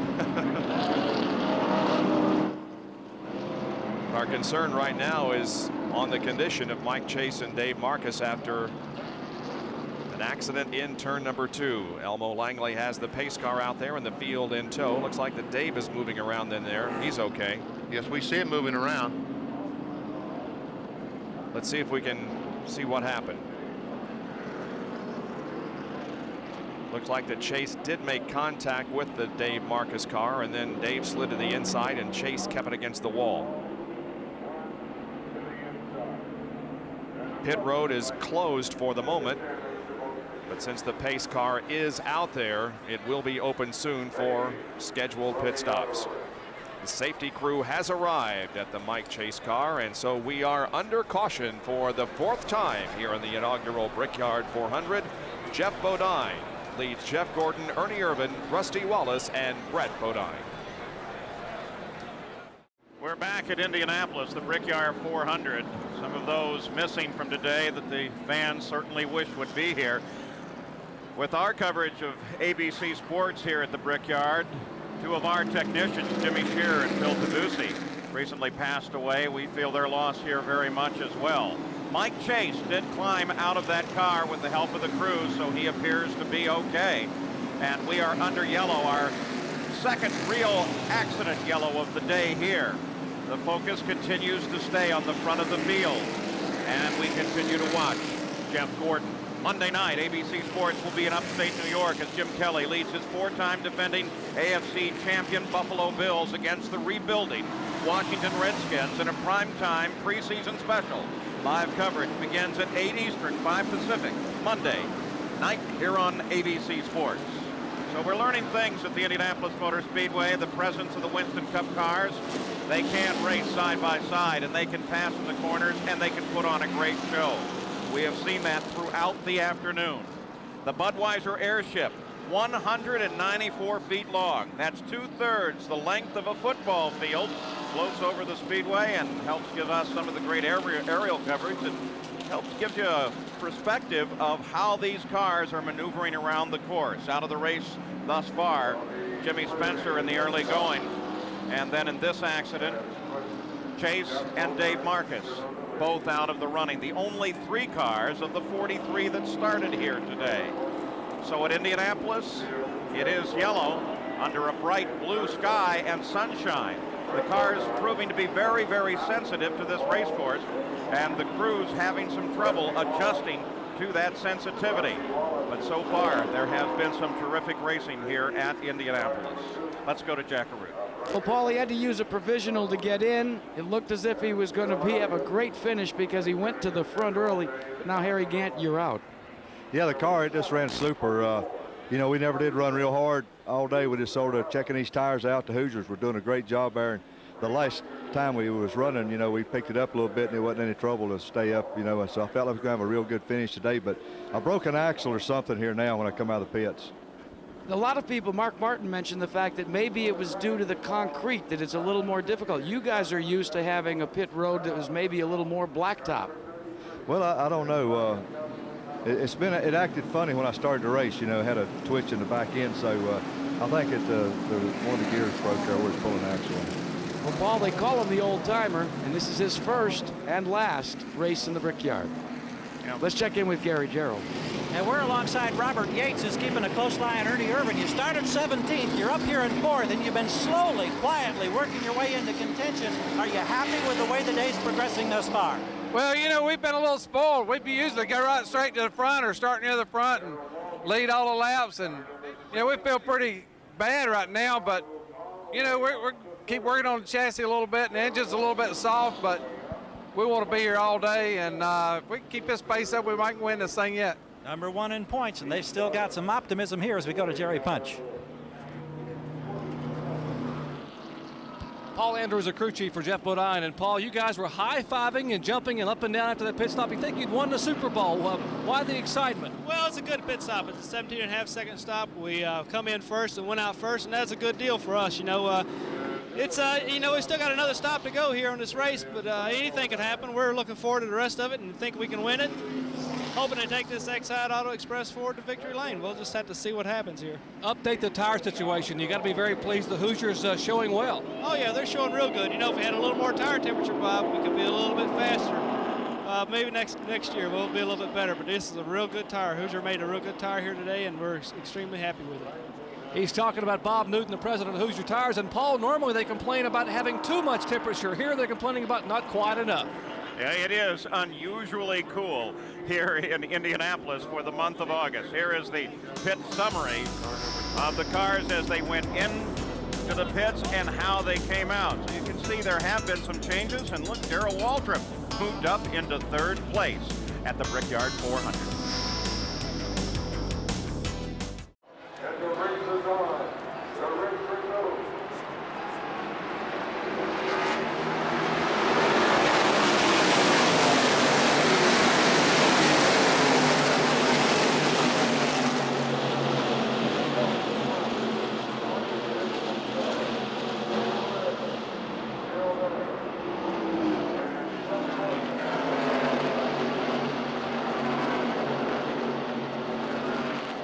Live at the Brickyard 400 at the Indianapolis Motor Speedway. And the cars have run a half a lap under green. Brett Bodine is the 11th leader of the day. And with his lead, he becomes the 3rd Bodine to lead in the event. And there was contact between Jeff and Brett. Looks like there might have been some contact between those two cars because Brett got his car. Oh! And a Jeff Bodine spins one on track 4 right in front of the entire field. Look at everybody going to the inside to try to avoid the trouble, some coming down pit road. Well, you saw there contact between brothers, Brett and Jeff. There was minor contact of the two in turn 3, and when they come off turn 4, it looked like there was more contact, and Jeff spun around in front of the entire field. There's Dale Jarrett, whose car has been severely damaged in the incident. Looks like only 2 cars involved in this, Jeff Bodine and Dale Jarrett. Amazingly, because there were a lot of drivers that were coming down on the Bodine and Jarrett cars, but somehow they avoid hitting them. Jeff is okay. You can see him climbing out of his car and waving to the fans. Now the safety crews are at Dale Jarrett's car. Now let's take a look at the initial contact in turn 3, Benny. Go down in the corner. That's Brett in the green car, Jeff in the black number 7. And that just a little bit of a nudge. And Brett gets the car a little bit out of shape. Now then, we're going through the short chute between 3 and 4. Jeff takes the lead from Brett. Goes in the corner, Brett comes down. Is there contact? Yep, just a little bit of a touch. Around goes Jeff. Brett's able to get by while the car is spinning. The roof flaps come up, do their job, keep the car on the ground. Man, oh man. There is Jeff Bodine assessing the damage. Now this is from Darrell Waltrip's roof cam. They have just touched. Let's see how Darrell maneuvers through.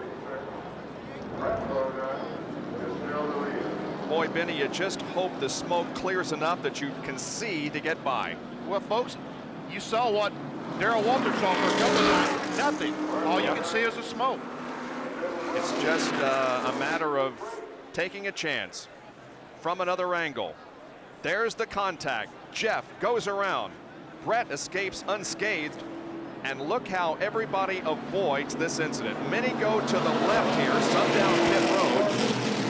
But as Brett comes back across the track, he makes heavy contact with Dale Jarrett. That's unbelievable.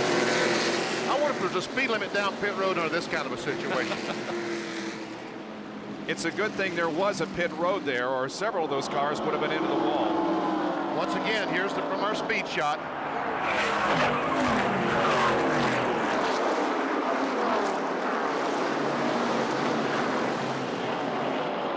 Real speed from Darrell Waltrip's roof cam.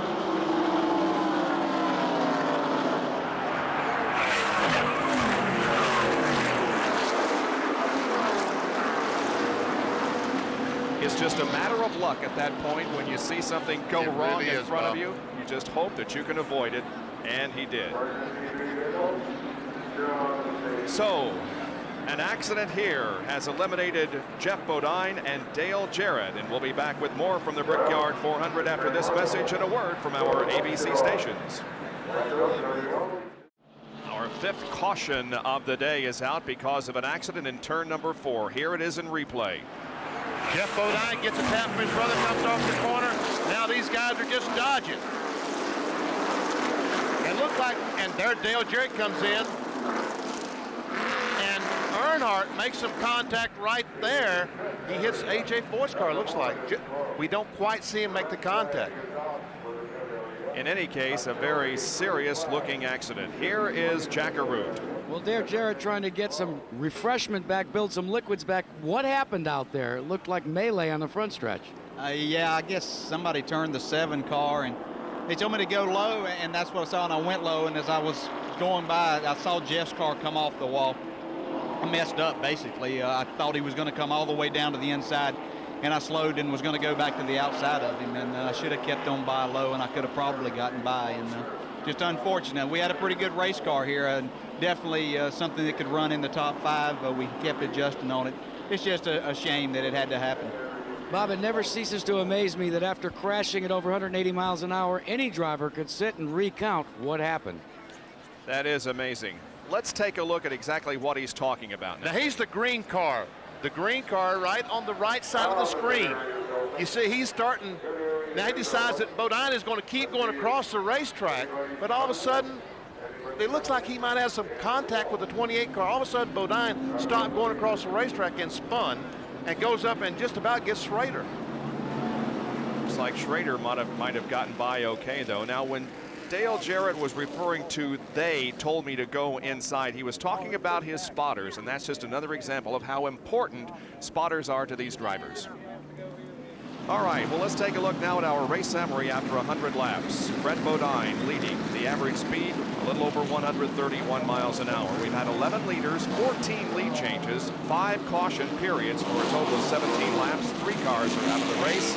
They are Spencer, Chase, and Marcus, and now we can add since then Bodine and Jarrett. In the pits is Dale Earnhardt, and they're looking at the right front of the car because he did have contact with somebody. I believe it was Foyt. Look at that huge pair of pliers, channel locks they have under there, working on something. I guess they're trying to adjust the front end, also beat the fender away from the tire. Adjust the toe end is what I'm talking about. He'll probably come back in one more time and they'll check it with a string just to make sure it's straight, if they were in fact changing the toe end. Earnhardt moving back out onto the racetrack, and there are the spotters. There are 2 sets of them here because you can't see all the way around this track. These are the spotters that are stationed in turn 4, watching for things on the track that they can try to tell their drivers to avoid. Now, once again, let's go back and take a look at the initial contact between Brett, who is leading here, and Jeff coming up. Going in turn 3, Brett's leading the race. Jeff Bodine gets on the throttle just a little bit faster than Brett, a little bit of contact.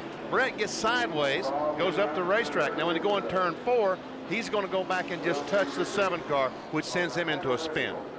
And again, we're talking about brothers here, Jeff and Brett Bodine, and well, I don't know, there's not much brotherly love displayed here.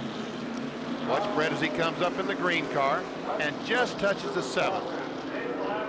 And with the contact, he spun around, resulting in quite an accident. Here's Gary Gerald.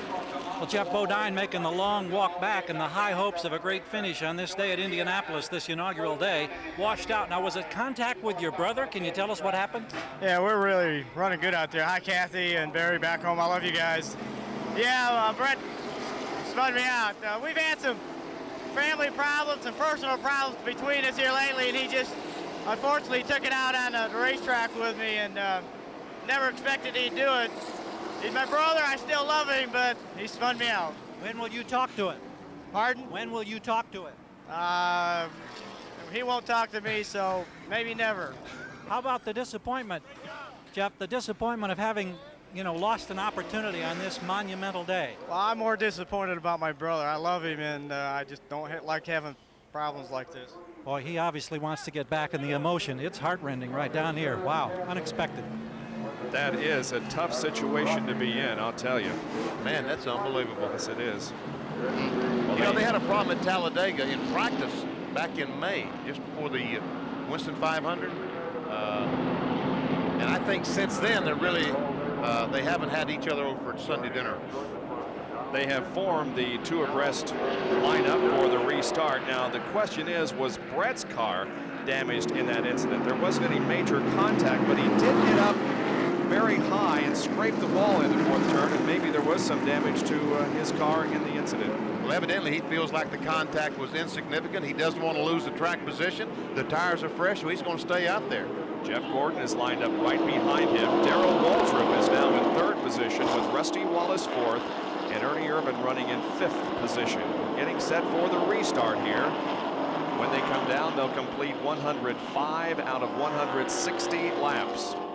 As Jeff Burton on the inside, the blue and white number 8. Jimmy Hensley in 55. Burton is 19th. Hensley is 20th. Bobby Hill in the black number 44. He's 21st position. Joe Nemechek's being shown in 22nd. Wally Dallenbach in 23rd. Greg Saxon 24th. As the field moves off of corner number 4, looking for the restart.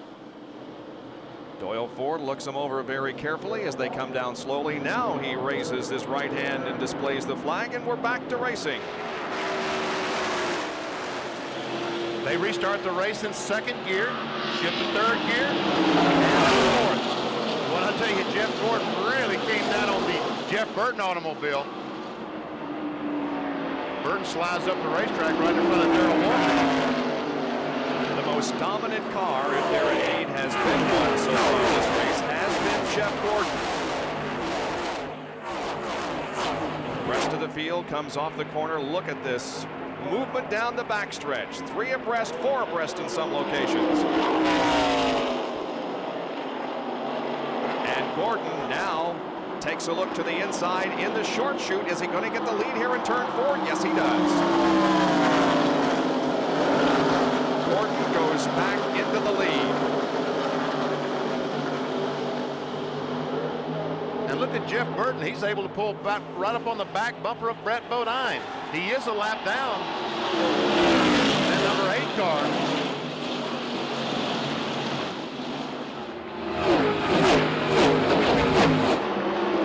And the question, since Jeff Bodine has fallen out of the race, is there anyone that can race with Jeff Gordon? I think that's going to be the question for the remaining laps in this race. Here's Waltrip, Rusty Wallace, and Ernie Irvin. Rusty in 4th.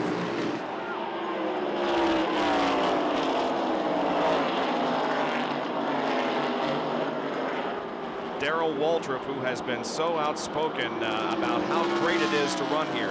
Waltrip called this the holy land of auto racing. He said this will be the most remembered, most monumental, and most cherished race that he has ever been in. And I tell you what, Darrell Waltrip is running pretty well. There he is, a face camera watching Darrell as he goes in the corner. And like Elliott, he's just gradually turning the steering wheel. He's in the short chute, 2nd corner. Looks like his car is pretty tight, Bob, because he's holding a lot of pressure to the left. Just out for a Saturday afternoon drive, running in third position. Now Ernie Irvin closes in on the back of Rusty Wallace's car. Here's a running order after 107 laps. Look for your favorite driver to see how he's doing in the inaugural Brickyard 400.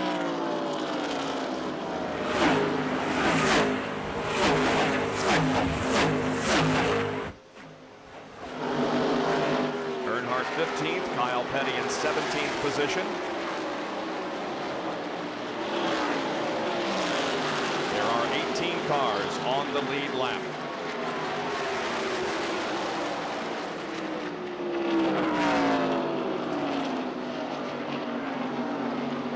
Sean Andretti in 30th position.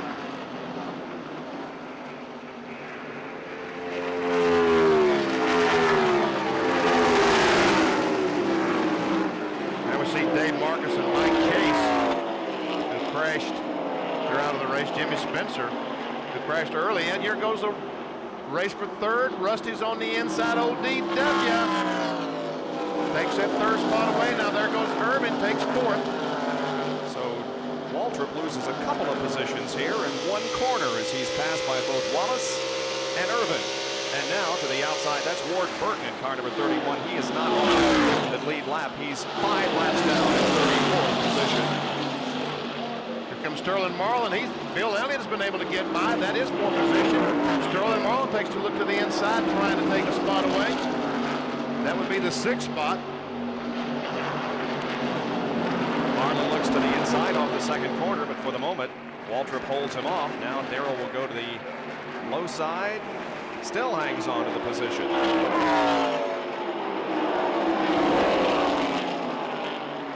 Now watch Sterling as he comes off the corner. He'll try to get alongside Darrell. Can't make it.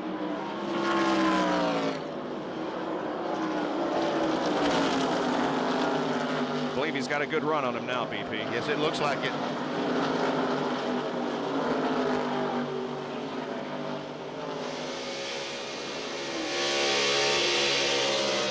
There goes Sterling Marlin cleanly by Darrell Waltrip into turn number 1.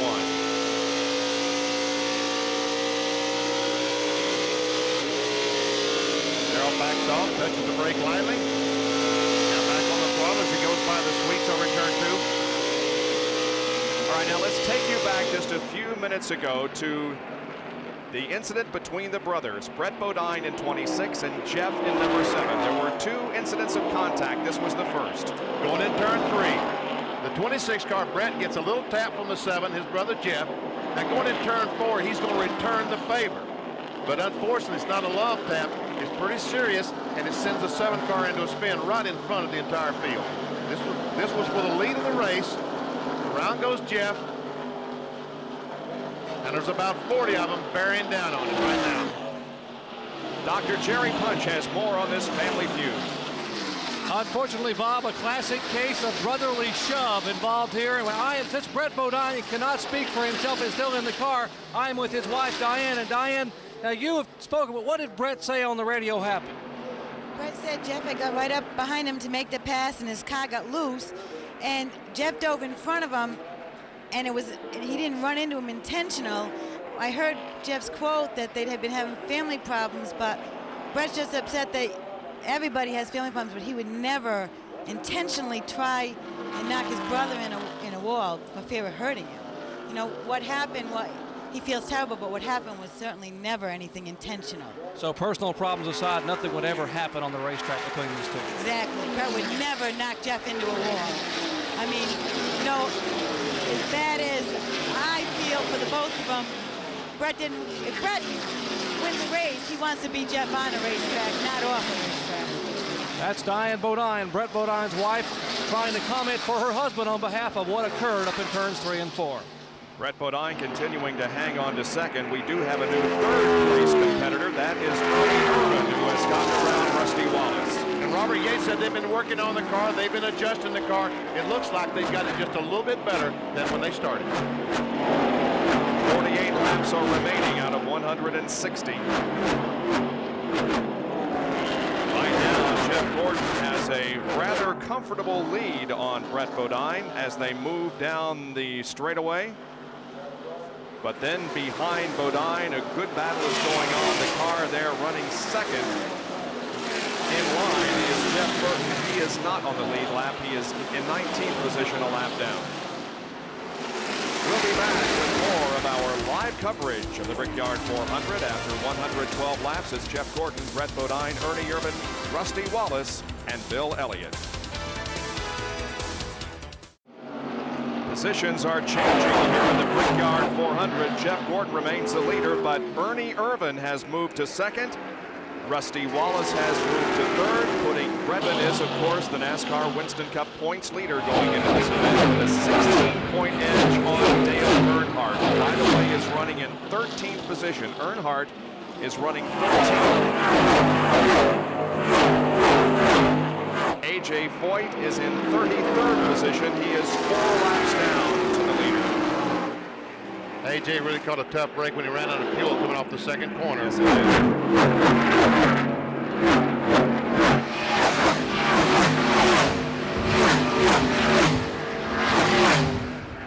Might also update the pole sitter Rick Mast, who has also fallen a lap down. He is in 26th position. Here comes another Bodine, Todd Bodine. By the way, all 3 Bodines have led the race today. Yep. As a matter of fact, 2 pairs of brothers have led the Indianapolis 500. Louis and Gaston Chevrolet and Bobby and Al Unser. But today we did have all 3 Bodines taking a crack up front.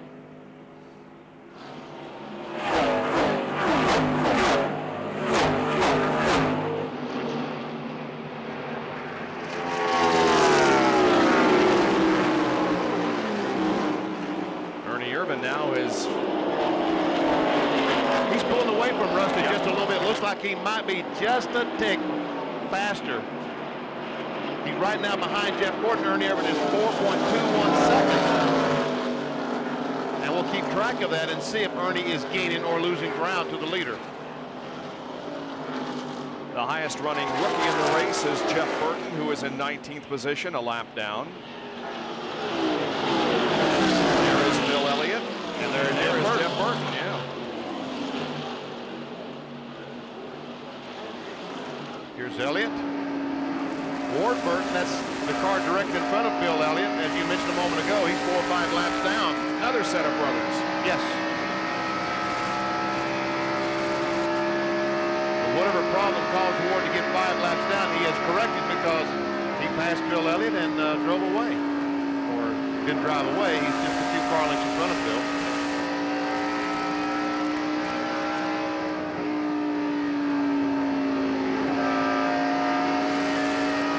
Hitting the accelerator right at about the apex of the turn. All the way down the front straightaway, hard on the throttle.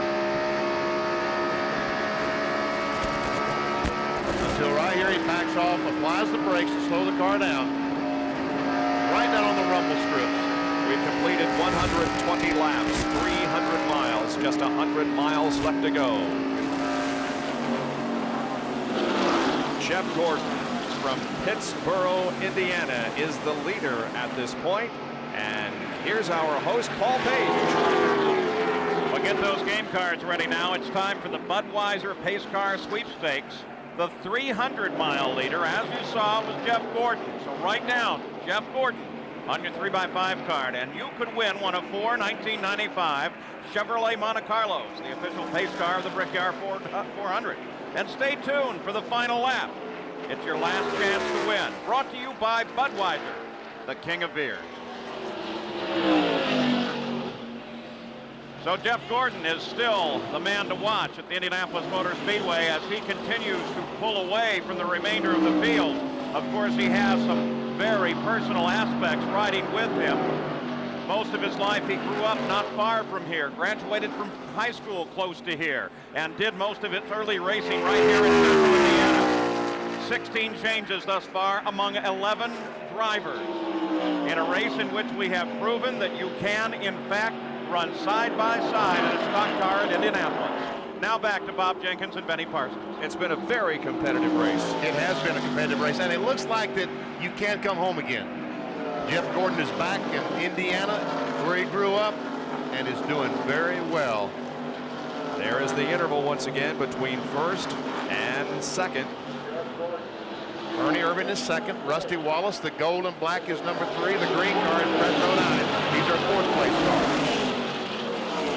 Jeff Gordon displayed so much emotion when he won his first NASCAR Winston Cup race earlier this year at Charlotte Motor Speedway, and I can imagine what it's going to be like if he should hold on to win this one, but we still got a long way to go. Gordon led after 120 laps, the average speed 128.6, 11 leaders, 15 lead changes, 5 caution periods for 21 laps, 5 cars out of the race. All of those have been as the result of accidents. Here's Jack Arute. Well, Bob, this man was accountable for the first stock car ever to test at the Indianapolis Motor Speedway, and that was an IROC car. Ray Evernham was with IROC at the time, and now you're the crew chief on Jeff Gordon's car, and it looks like so far it's been a Sunday in the park for you guys. Well, I don't know about that. You know, it's a lot of tough competition out here. Jeff's just picked up on this place. He's doing a great job. My hat's off to all of these guys that worked so hard getting this car ready. I'm really happy. But early on you had a push. It seems to go away as the race goes on, and then it sneaks back. Right now, what's he reporting on the car condition?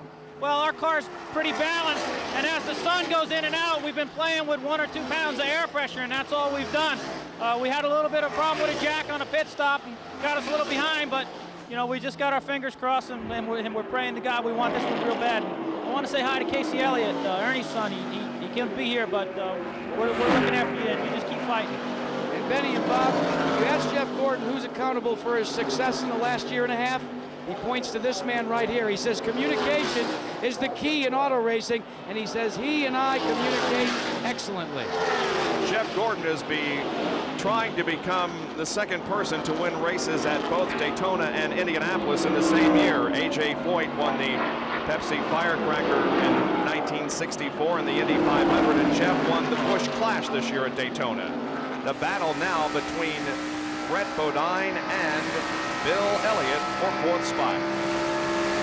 This is down the back straightaway, through the golf course, the Brickyard crossings. We're watching Elliott Wallace, Brett Bodine through the 3rd corner across the short chute.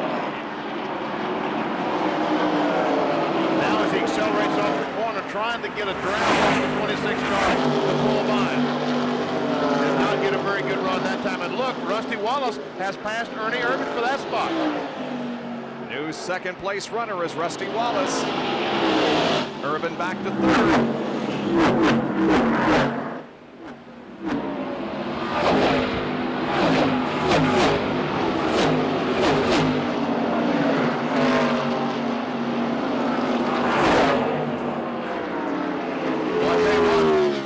Rusty Wallace looks like it's one car. They're so close down the straightaway. They have a good draft going. Elliott gets by Brett Bodine, takes over that 4th spot.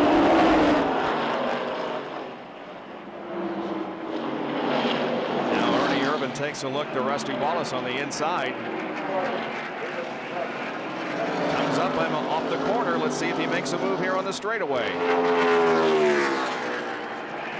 He looked like he had a run as he came off the corner, but he was not able to grab by.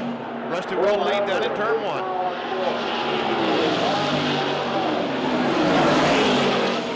As a result of a big disappointment at Talladega a few weeks ago, Rusty Wallace has fallen to 4th in the point standings, 289 behind the leader Ernie Irvin. While we watch this battle, we will tell you that Dale Earnhardt has moved up to 10th position. All the problems that he has encountered during the race today have not affected him a great deal as he is on the move again, it seems.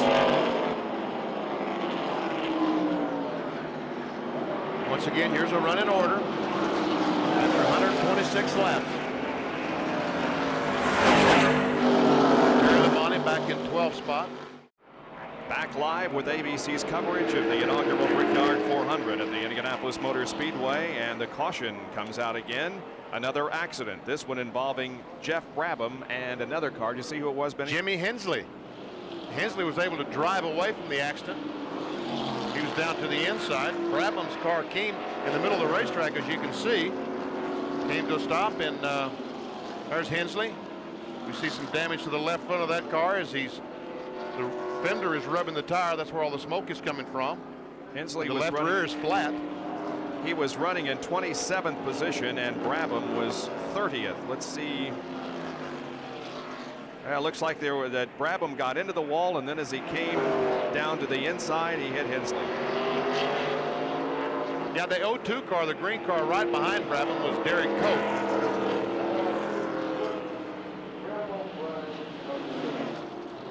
This is our 6th caution of the day. Now we are going to see some pit stops, Benny, and are they within the window? They can go the rest of the way. They can go the rest of the way. This is who beats who out of the pits. Can Rusty Wallace's crew, they've been doing it all year, can they once again put Rusty out in front, try to win the race? There are 30 laps to go. 130 laps have been completed. And if they do, can he keep Jeff Gordon behind him? Exactly. Gordon has been the best car on the racetrack, but it could come down to the pit work. There is the opening of pit road. And Jeff Gordon's crew, they call themselves the Rainbow Warriors. Those on the lead lap are able to pit this time by. All others cannot pit this time, but can when they come around again. Gordon leads Irvin, Wallace, Elliott, and others at 55 miles an hour down pit road. Irvin dives in the pits. Right side's going up. Rusty must be overheating because they had a brush over there, brushing off the front of the car. Jeff Gordon changing the right side, brushing the grill off. Jackman comes around. A chassis adjustment. Put one around the wedge in the car. Rusty's moving. Ernie's moving. Jeff Gordon is moving, but Rusty Wallace is going to beat him out. 15.9 second pit stop for Rusty Wallace. And he beats his competitors out of the pits. Very important track position. Less than 16 seconds for Rusty Wallace. Oh, they're high-fiving now, aren't they? Yes. So we could be set up now for the finish of the race. We'll be back with more from the Brickyard 400 after this message and a word from our ABC stations. This could tell the story of the race. The pit summary: Gordon in first, out second, Irvin second and third, and Wallace, there is the story. He comes out in first position ahead of everyone else with some great pit crew work. Watch Buddy Pratt as he jumps up and down, says go, as he watches the 24 car. Yes, they know now they've got him beaten. Yes, they jump up and down, and Jeff Gordon tries to get back out, can't quite make it. Let's go down to Gary Gerald, who's with Buddy Parrott. And Buddy right now is giving his driver the word. I think that they're going to go green in the next lap. A lot of emotion after sensational pit stops. We had 15, 9, and 16 seconds on 2 different clocks. Well, I tell you what, these guys did an excellent job. They've been doing it all year, last year, this year. Every time they have to answer the call, you know, they come to the rescue. And Rusty's driving a great race out there. I like to say hello to all the girls that these pit crew guys, their wives and everything, because they'd love to be up here, but they're not today. But anyway, that pit stop's for y'all. Not only did the crew go nuts with the elation of that stop, so did these thousands of people. The crowd loved that stop. Well, I tell you what, I get cold chills every once in a while, and that was a great deal. This is quite a race. I hope the fans are enjoying it. Hope the fans on TV, ABC's enjoying it. And it's Miller Genuine Draft Ford. I tell you what, I'd love to pull this thing off, but you never know. All right, Buddy Parrott, savor in this moment. It may be a moment that wins him the race. The Bud 1 airship and its eye in the sky camera proud to provide you these pictures from more than 1,000 feet above the Indianapolis Motor Speedway. Well, while Rusty Wallace is in the lead, next Sunday there's more racing action here on ABC as IndyCar's best head to Mid-Ohio for a road course challenge. The Miller Genuine Draft 200 live coverage begins at 3 Eastern, 2 Central, and Pacific here on ABC Sports. Jeff Gordon will restart in second position. We've been monitoring his radio, and he says regarding his second position, that's all right. We've got now about 27 laps to go, and we can beat them on the racetrack. But that is the question right now. He's got to pass him, and we found that passing at this racetrack can be difficult. Sterling Marlin in the 4 car was running 6th, had to come back in the pits. He's all the way at the tail end of the long line there, back in 17th spot. But meanwhile, it's going to be decided between those first 5 cars. I think our winner will come from Rusty, Jeff Gordon, Ernie Irvin, Brett Bodine, or Bill Elliott. Let's watch Jeff Gordon, because we also hear that he's been told to try to get Rusty on the restart. Get this pass over quickly and then pull away. Well, let's see if that happens when the green flag comes out. The cars are now entering turn number 4. The pace car about to pull off the racetrack for the restart of what could be the final segment of racing in this inaugural event. They come slowly off of corner number 4. Wallace at the head of the line. Gordon is second, then Ernie Irvin, then Brett Bodine and Bill Elliott. There we see Rusty accelerate. He's on the throttle. They moves down to the inside, trying to protect that inside from Jeff Gordon.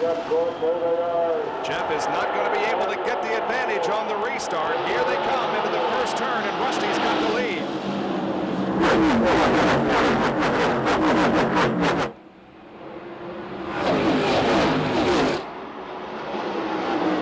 And now we continue to think about the Roger Penske connection. He's the owner of this car, driven by Rusty Wallace.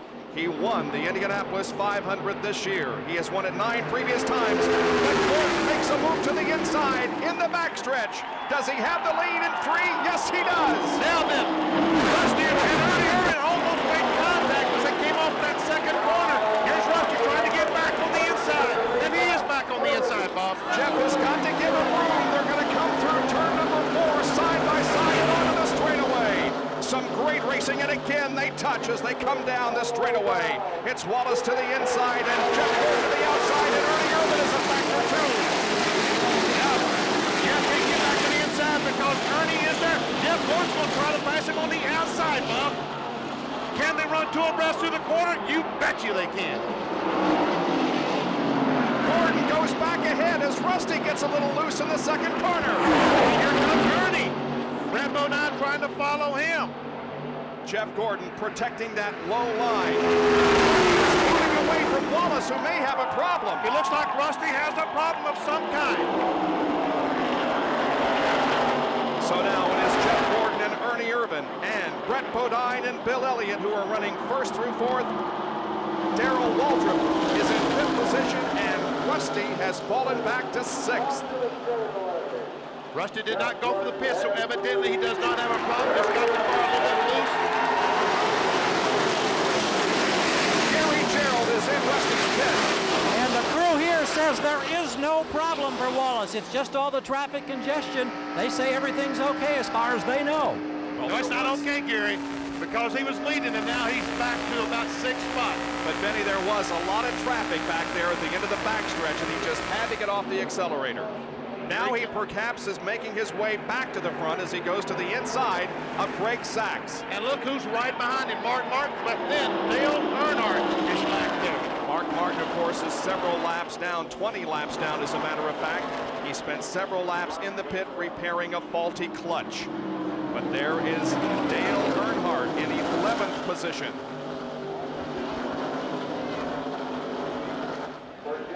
Gordon continues to lead. He has about a 6 or 7 car length advantage on Ernie Irvin. Earnhardt moving to the inside of Greg Sachs. That's not the position. Greg Sachs in the 77 car is 1 lap down. But meanwhile, Earnhardt has worked his way back up to 7th spot.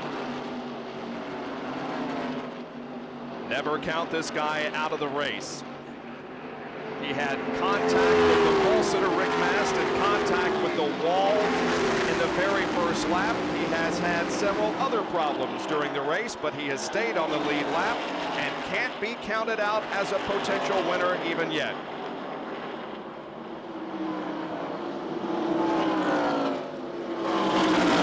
Here we see the rundown. Jeff Gordon, Ernie, Brett Bodine, Bill Elliott, and Waltrip in 5th spot. There's DW right in front of Rusty Wallace.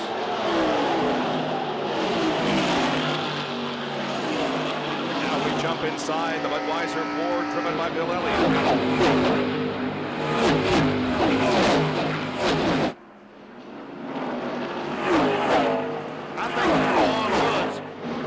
Could get by Brett Bodine, he might have a shot because I think his car is really good on long runs, 15, 20 lap runs. Boy, we saw some tremendous racing there for a while. Things have settled down now. We've still got over 20 laps to go with Jeff Gordon, the leader. Back in a moment. Welcome back to ABC's live coverage of the Brickyard 400, and we have a new leader, the 13th different leader of the race. Ernie Irvan has gone around Jeff Gordon. But Jeff Gordon is right there. Ernie hasn't went any place. The question is, Jackaroot, did Jeff Gordon allow Ernie Irvan to go around? Well, Bob Jenkins, what happened is he's been battling a loose condition, so Gordon radioed in and said the car's getting looser and looser, and the call was made from the pits, let Ernie Irvan go by, save it for later. And then they ended the conversation with being told, they said to Jeff, remember, you're the man today.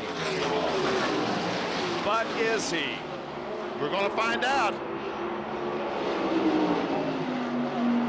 This is a classic battle, a Ford, a Chevrolet. Man, I thought it was going to be on the wall. It looked like they came off the corner very, very high. 18 laps to go now. Jeff Gordon chases Ernie Irvan. Brett Bodine is third, Bill Elliott fourth, Rusty Wallace is fifth, Darrell Waltrip is sixth, and Dale Earnhardt is in 7th position.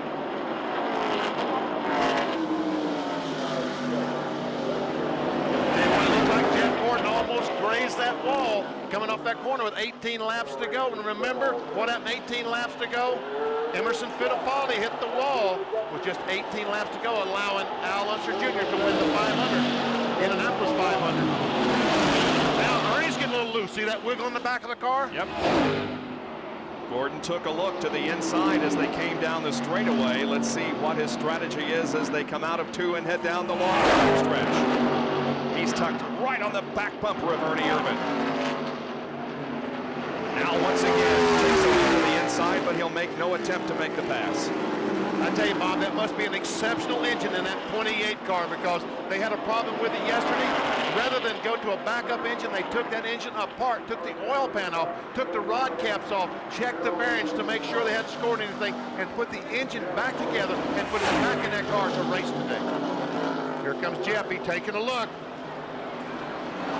He's taking a look. He might make an attempt at taking the lead into turn 1, and he does. And the hometown crowd rises to its feet and salutes their hero, Jeff Gordon. And let's be both brave as they go by.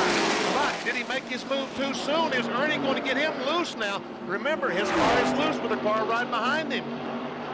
Ernie Irvan has, well, won 12 NASCAR Winston Cup races. Jeff Gordon has only one in his resume. That was at Charlotte, North Carolina, earlier this year.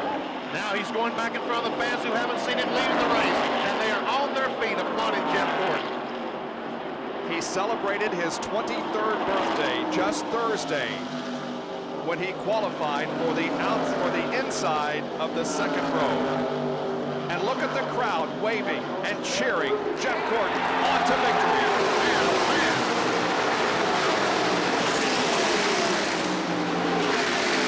There are 15 trips around the 2.5-mile oval at Indianapolis left in this inaugural Brickyard 400. Now, if Jeff Gordon can just stay that far in front of Ernie Irvan, he'll be okay because Ernie's not close enough right now to really loosen his car up in the corners. But if Ernie pulls back up on the deck lid, he might get Jeff loose again. As they separate just a bit, let us inform you that Mike Chase is being transported to Methodist Hospital for neck x-rays. He has some contusions, but the injuries are not believed to be serious to Mike Chase. And he did walk from his race car to the ambulance. Jimmy Spencer, of course, was also taken down to Methodist for x-rays after an accident early on in the event. Gordon continues to lead, and Benny, it appears as if he is stretching it out a little bit. Looks like it. Maybe a half a car length more than the last time.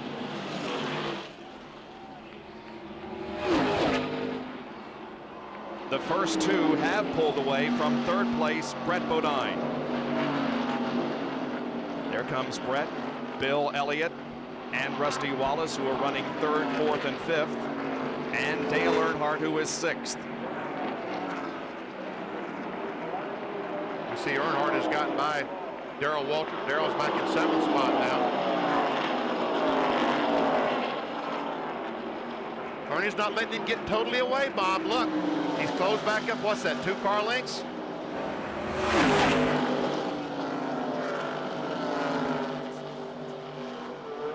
Another thing that you have to consider at this point, Benny, is experience. Jeff Gordon is only in his second year of full-time racing. But Bob, he's done things that guys who've been here 5 years can't do. I mean, this guy is an exceptional race car driver, Jeff Gordon is.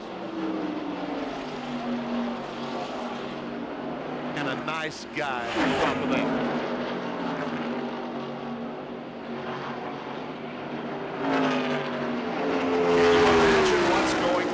Mind at this time? No, I can't. I cannot imagine. As excited as this young man was at Charlotte when he won that Coca-Cola 600, can you imagine how excited he will be if he can just pull this thing off in front of his hometown folks? Just imagine the stress he is under at this time. He knows that if he misses an entrance or an exit to the corner by 2 inches, he's lost the lead. He's lost the lead, and Ernie has pulled up on that back bumper. Now, can he get him loose enough to get under him coming off the second or fourth corner? Ernie's there. Irvin is right there, as a matter of fact, now with 12 laps to go. Irvin looks like he's going to make a run on Jeff. He's got a good momentum build off coming up off of the second corner down the backstretch. Irvin is going to go into the lead once again, or is he? You reckon Jeff is going to race him on the outside like he did Rusty? He is, Bob. Side by side in turn 3. But they give each other plenty of room. They're into the short chute, and Gordon has a half car length advantage as they go into 4. Ooh! Ernie got the car a little bit out of shape as he went in the corner, but they're still side by side. Now Jeff Gordon retakes the lead, and he went in that third corner on the outside of Ernie. Unbelievable. They cross the line, 11 laps to go. Here's Jackaroos. Well, Benny, what's happening, Bob? Jeff Gordon is radioing in that he's got a problem.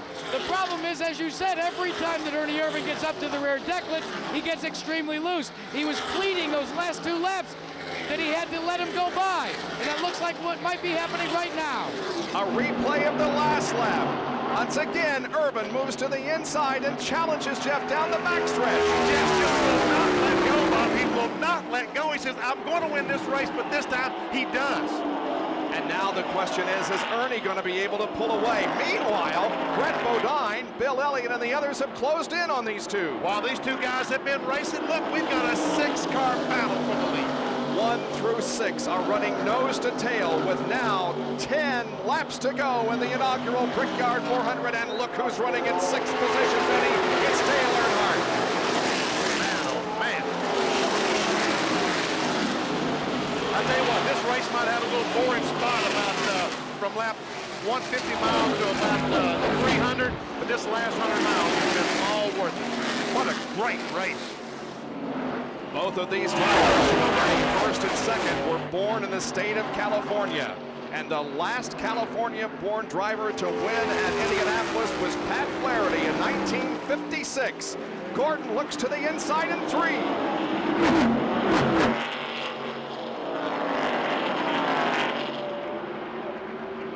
Jeff can run as long as he doesn't have somebody right behind him. But these cars, when they pull up right behind that loader, they're getting him loose. Or they're using all that racetrack when they come off 2 and 4, right up against that outside retaining wall. And Ray Evernham has told Jeff Gordon to stay on Ernie's tail and get him loose.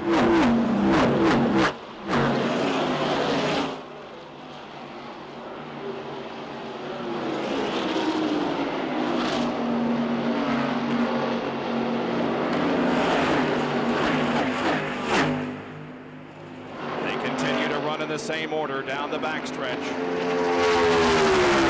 Just a couple of feet separating Irvin from Gordon.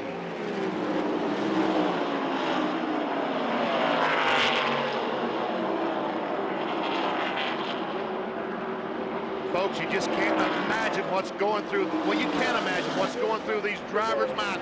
Just think about the thing that you wanted most in your life, and that's exactly what they're thinking right now. Jackaroot has more from Jeff's pit. Benny, here's what's going to happen, and Bob, the team down here on pit side is going to make the call when they want Jeff Gordon to try and attempt the pass. They want him to stay right where he is for right now, and they say, we'll call you when we want you to go to the front. Exactly, Jack. They don't want him to get in front too soon because Ernie will get him loose again, as he did a moment ago. With 2 or 3 laps to go, Jeff Gordon trying to make his move. Well, there has never been a pass on the last lap to win an Indianapolis 500. The latest pass occurred in 1989 on lap 198 when Emerson Fittipaldi and Al Unser Jr. battled. Why do you reckon these people pay these good money for these seats but don't sit down? I don't think they've been sitting for most of the day. It's been a tremendous race. And we still have no idea who is going to win. Will it be Ernie Irvin or Jeff Gordon, or one of the 4 that trail them?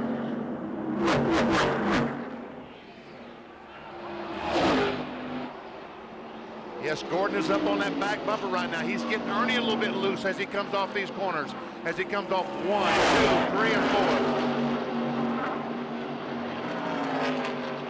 He's trying to worry him to death right now. He wants Ernie to look up and see nothing but the white of his eyes. He wants to smile at Ernie and see so he can see his teeth when he looks in that rearview mirror and know that he's right there on that back bumper.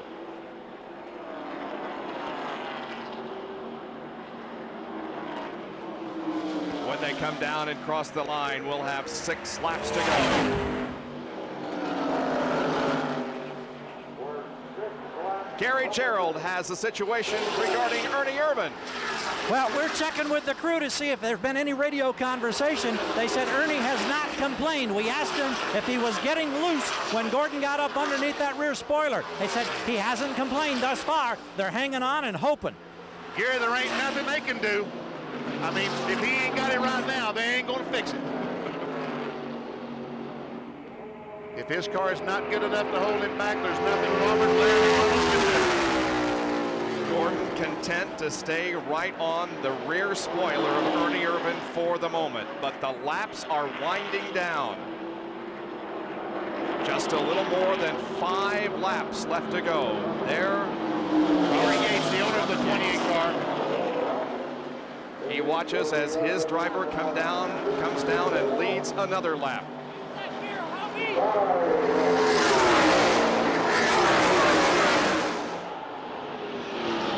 going to be tough on those crewmen. Oh, here we go. Ernie slipped going in 1. Ernie slipped, and Jeff Gordon gets alongside. That wasn't on orders from the crew. That was because Ernie missed the entrance to turn 1, and Jeff saw it and immediately went for the hole. Something's wrong with Ernie. Something has happened to the 28 car, Bob. Irvin slows down and is going to lose second position. Irvin drops off the pace, and now Brett Bodine goes into second. Ernie Irvin heads for the warm-up lane, and Jeff Gordon has the lead. The right front tire went flat on the 28 car. Here's Gary Gerald. Yeah, the crew just sagged visibly on the wall. Right front tire, you hit it right on the head. And oh, in the last 5 laps, they had 4.5 to go, Bob. A tough break for Ernie Irvin, the NASCAR Winston Cup points leader. But again, listen to this crowd in Indiana as they cheer their boy, Jeff Gordon.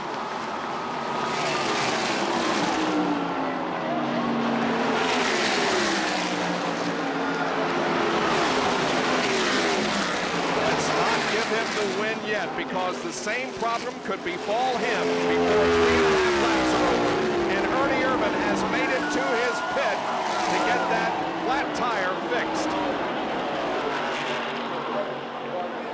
But Jeff Gordon, there is the tire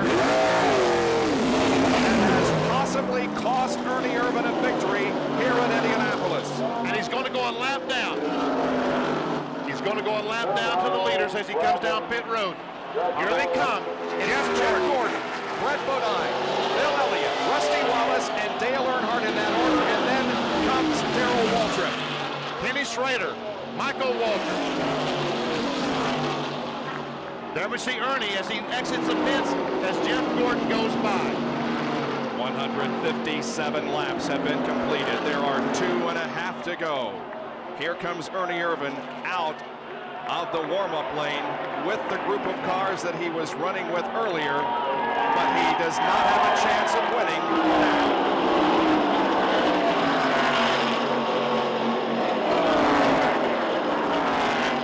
Jeff Gordon has a little bit of breathing room, Benny, because Brett Bodine is maybe a 1.5 seconds behind. I don't know, it's not that far, but we don't have far to go. Coming down for two laps to go, the signal this time. This is a Cinderella story that is unfolding here. Jeff Gordon, many people, including perhaps Tony George, the president of the Indianapolis Motor Speedway, wanted Jeff Gordon, after his outstanding performances in open-wheel cars, to perhaps think about moving to the Indianapolis 500 and running the open-wheel cars. But instead, Jeff Gordon chose the NASCAR stock car route. And he is on his way to a victory in the first stock car race run at the Indianapolis Motor Speedway. And there's his crew. They can't watch. The Rainbow Warriors did good today, didn't they? Here he comes, Bob. Off of corner number 4, Doyle Ford displays the white flag. Jeff Gordon has 2.5 miles to go before he wins this event. It'll be his second NASCAR Winston Cup victory. He brings the car through corner number 1, okay, and onto the short chute. There's Brett Bodine. It looks like Brett's getting a little bit closer, but does he have time? He is getting closer. With less than 1/2 lap to go for Jeff Gordon. He eyes turn number 3. Listen to the crowd as they acknowledge Jeff Gordon when he goes by. It's an unbelievable situation in Indianapolis. Here he is in the 4th turn. This is his final trip around turn number 4. And Jeff Gordon is about to write his name in the racing history books. Here's from today when 79 stock car races have been run here. We'll remember the name. Jeff Gordon, winner of the inaugural Brickyard 400. Man, oh man, oh man. Jeff is screaming on his radio back to the pit crew. Oh my God, I did it! I did it!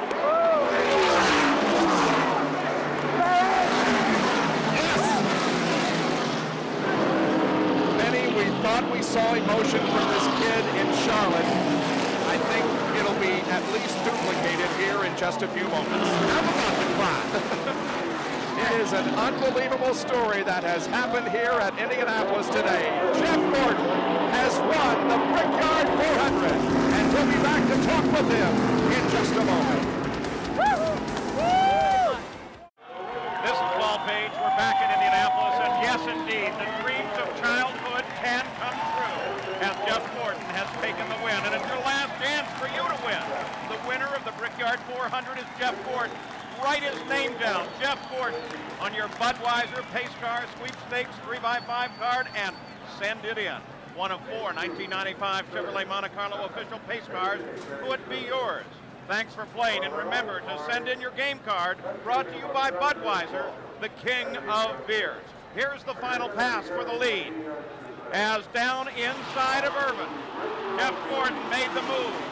Irvin in trouble because of a tire, and Jeff hung on. Coming off of turn 2, he was in front. Already, Ernie Irvin has slowed completely. But Brett Bodine was not about to give it up as he began to close in and came across the line 1/2 second behind Jeff Gordon. So history has been made once again at Indianapolis, a whole new line of history. The 24 car of Jeff Gordon has taken the win at Indianapolis. And for the very first time ever, a stock car will make the turn into winner's circle in front of the master control tower here. An incredibly popular win for this crowd in Indianapolis. They've watched this young man grow up. He celebrated his 23rd birthday last Thursday. Let's go to Gary Jarrett. Ernie Irvin is right here and has just come out of the car. The disappointment, could you have been able to hold him off had the tire not gone down? Well, you know, if I could stay here and say for sure I could have. I mean, you know, I don't know, but I was in a good spot, and even if I'd have been behind him, I was in a good spot because I could get him loose. But, you know, Jeff did a good job. He had a great car all day, and we got ours right at the end. It's just the good Lord was with us. He kept us from hitting the fence, but couldn't keep us from running something over. The disappointment, it must be huge. You can see it in his eyes. Let's go back to the booth. All right, here is your race summary now as Jeff Gordon gets his final inspection. Jeff Gordon takes the win at 131 miles an hour. We had 13 different leaders. They swapped the lead 21 times and 6 caution flags for 25 laps in the 160-lap run. Now, we're ready to go down to the winner's circle in front of the master control tower, and here's Jack. Well, things are a little like Bedlam here, a little different than the Indianapolis 500. Taking the congratulations. Jeff, we'd like to get you out of the car as quickly as we can. We'd like to talk to you because you have made history. First it was Ray Haroon, ladies and gentlemen. And now, the name is Jeff Gordon has won the first Winston Cup race here at the famed Indianapolis Motor Speedway. Jeff, over here. Congratulations, a terrific victory, but tell us about the battle first. Oh man, what a battle. You know, we had a great car all day long, and the only car I was really worried about was that 7 car, and you know, I saw him he had his misfortune, and I thought, well, all we got to do is just be nice and smooth and ride it here out from here. But that wasn't true. You know, we had a caution, and Ernie and the 2 car were right there, and I pulled away, but Ernie, you know, he kept loosening me up, so I let him go by, and then I get on him and eat his tires up and loosen him up. He let me go by. I tell you, I just want to commend that whole Havoline team and Ernie Irvin. He drove me a really nice, clean race. We didn't have to worry about anything. And well, listen, we've got a very special presentation. Behind me and behind you is the president of the internationally known Indianapolis Motor Speedway that is now the home of Winston Cup's Brickyard 400, Mr. Tony George, for a very special presentation. Tony? Jeff, congratulations. You've helped write history here. Your name will be the first to be inscribed on the beautiful PPG trophy for the Brickyard 400. This is yours to take home. Congratulations. Well, from Victory Lane and Spectacular, let's go back to the tower. Well, they came here with great expectations and many questions, these men of NASCAR. They came to make history. Let's talk about Today was a validation of the great success of this series that grew up from the post-war short tracks of the South. Dreams have come true. Jeff Gordon has won the Brickyard 400. He is the champion.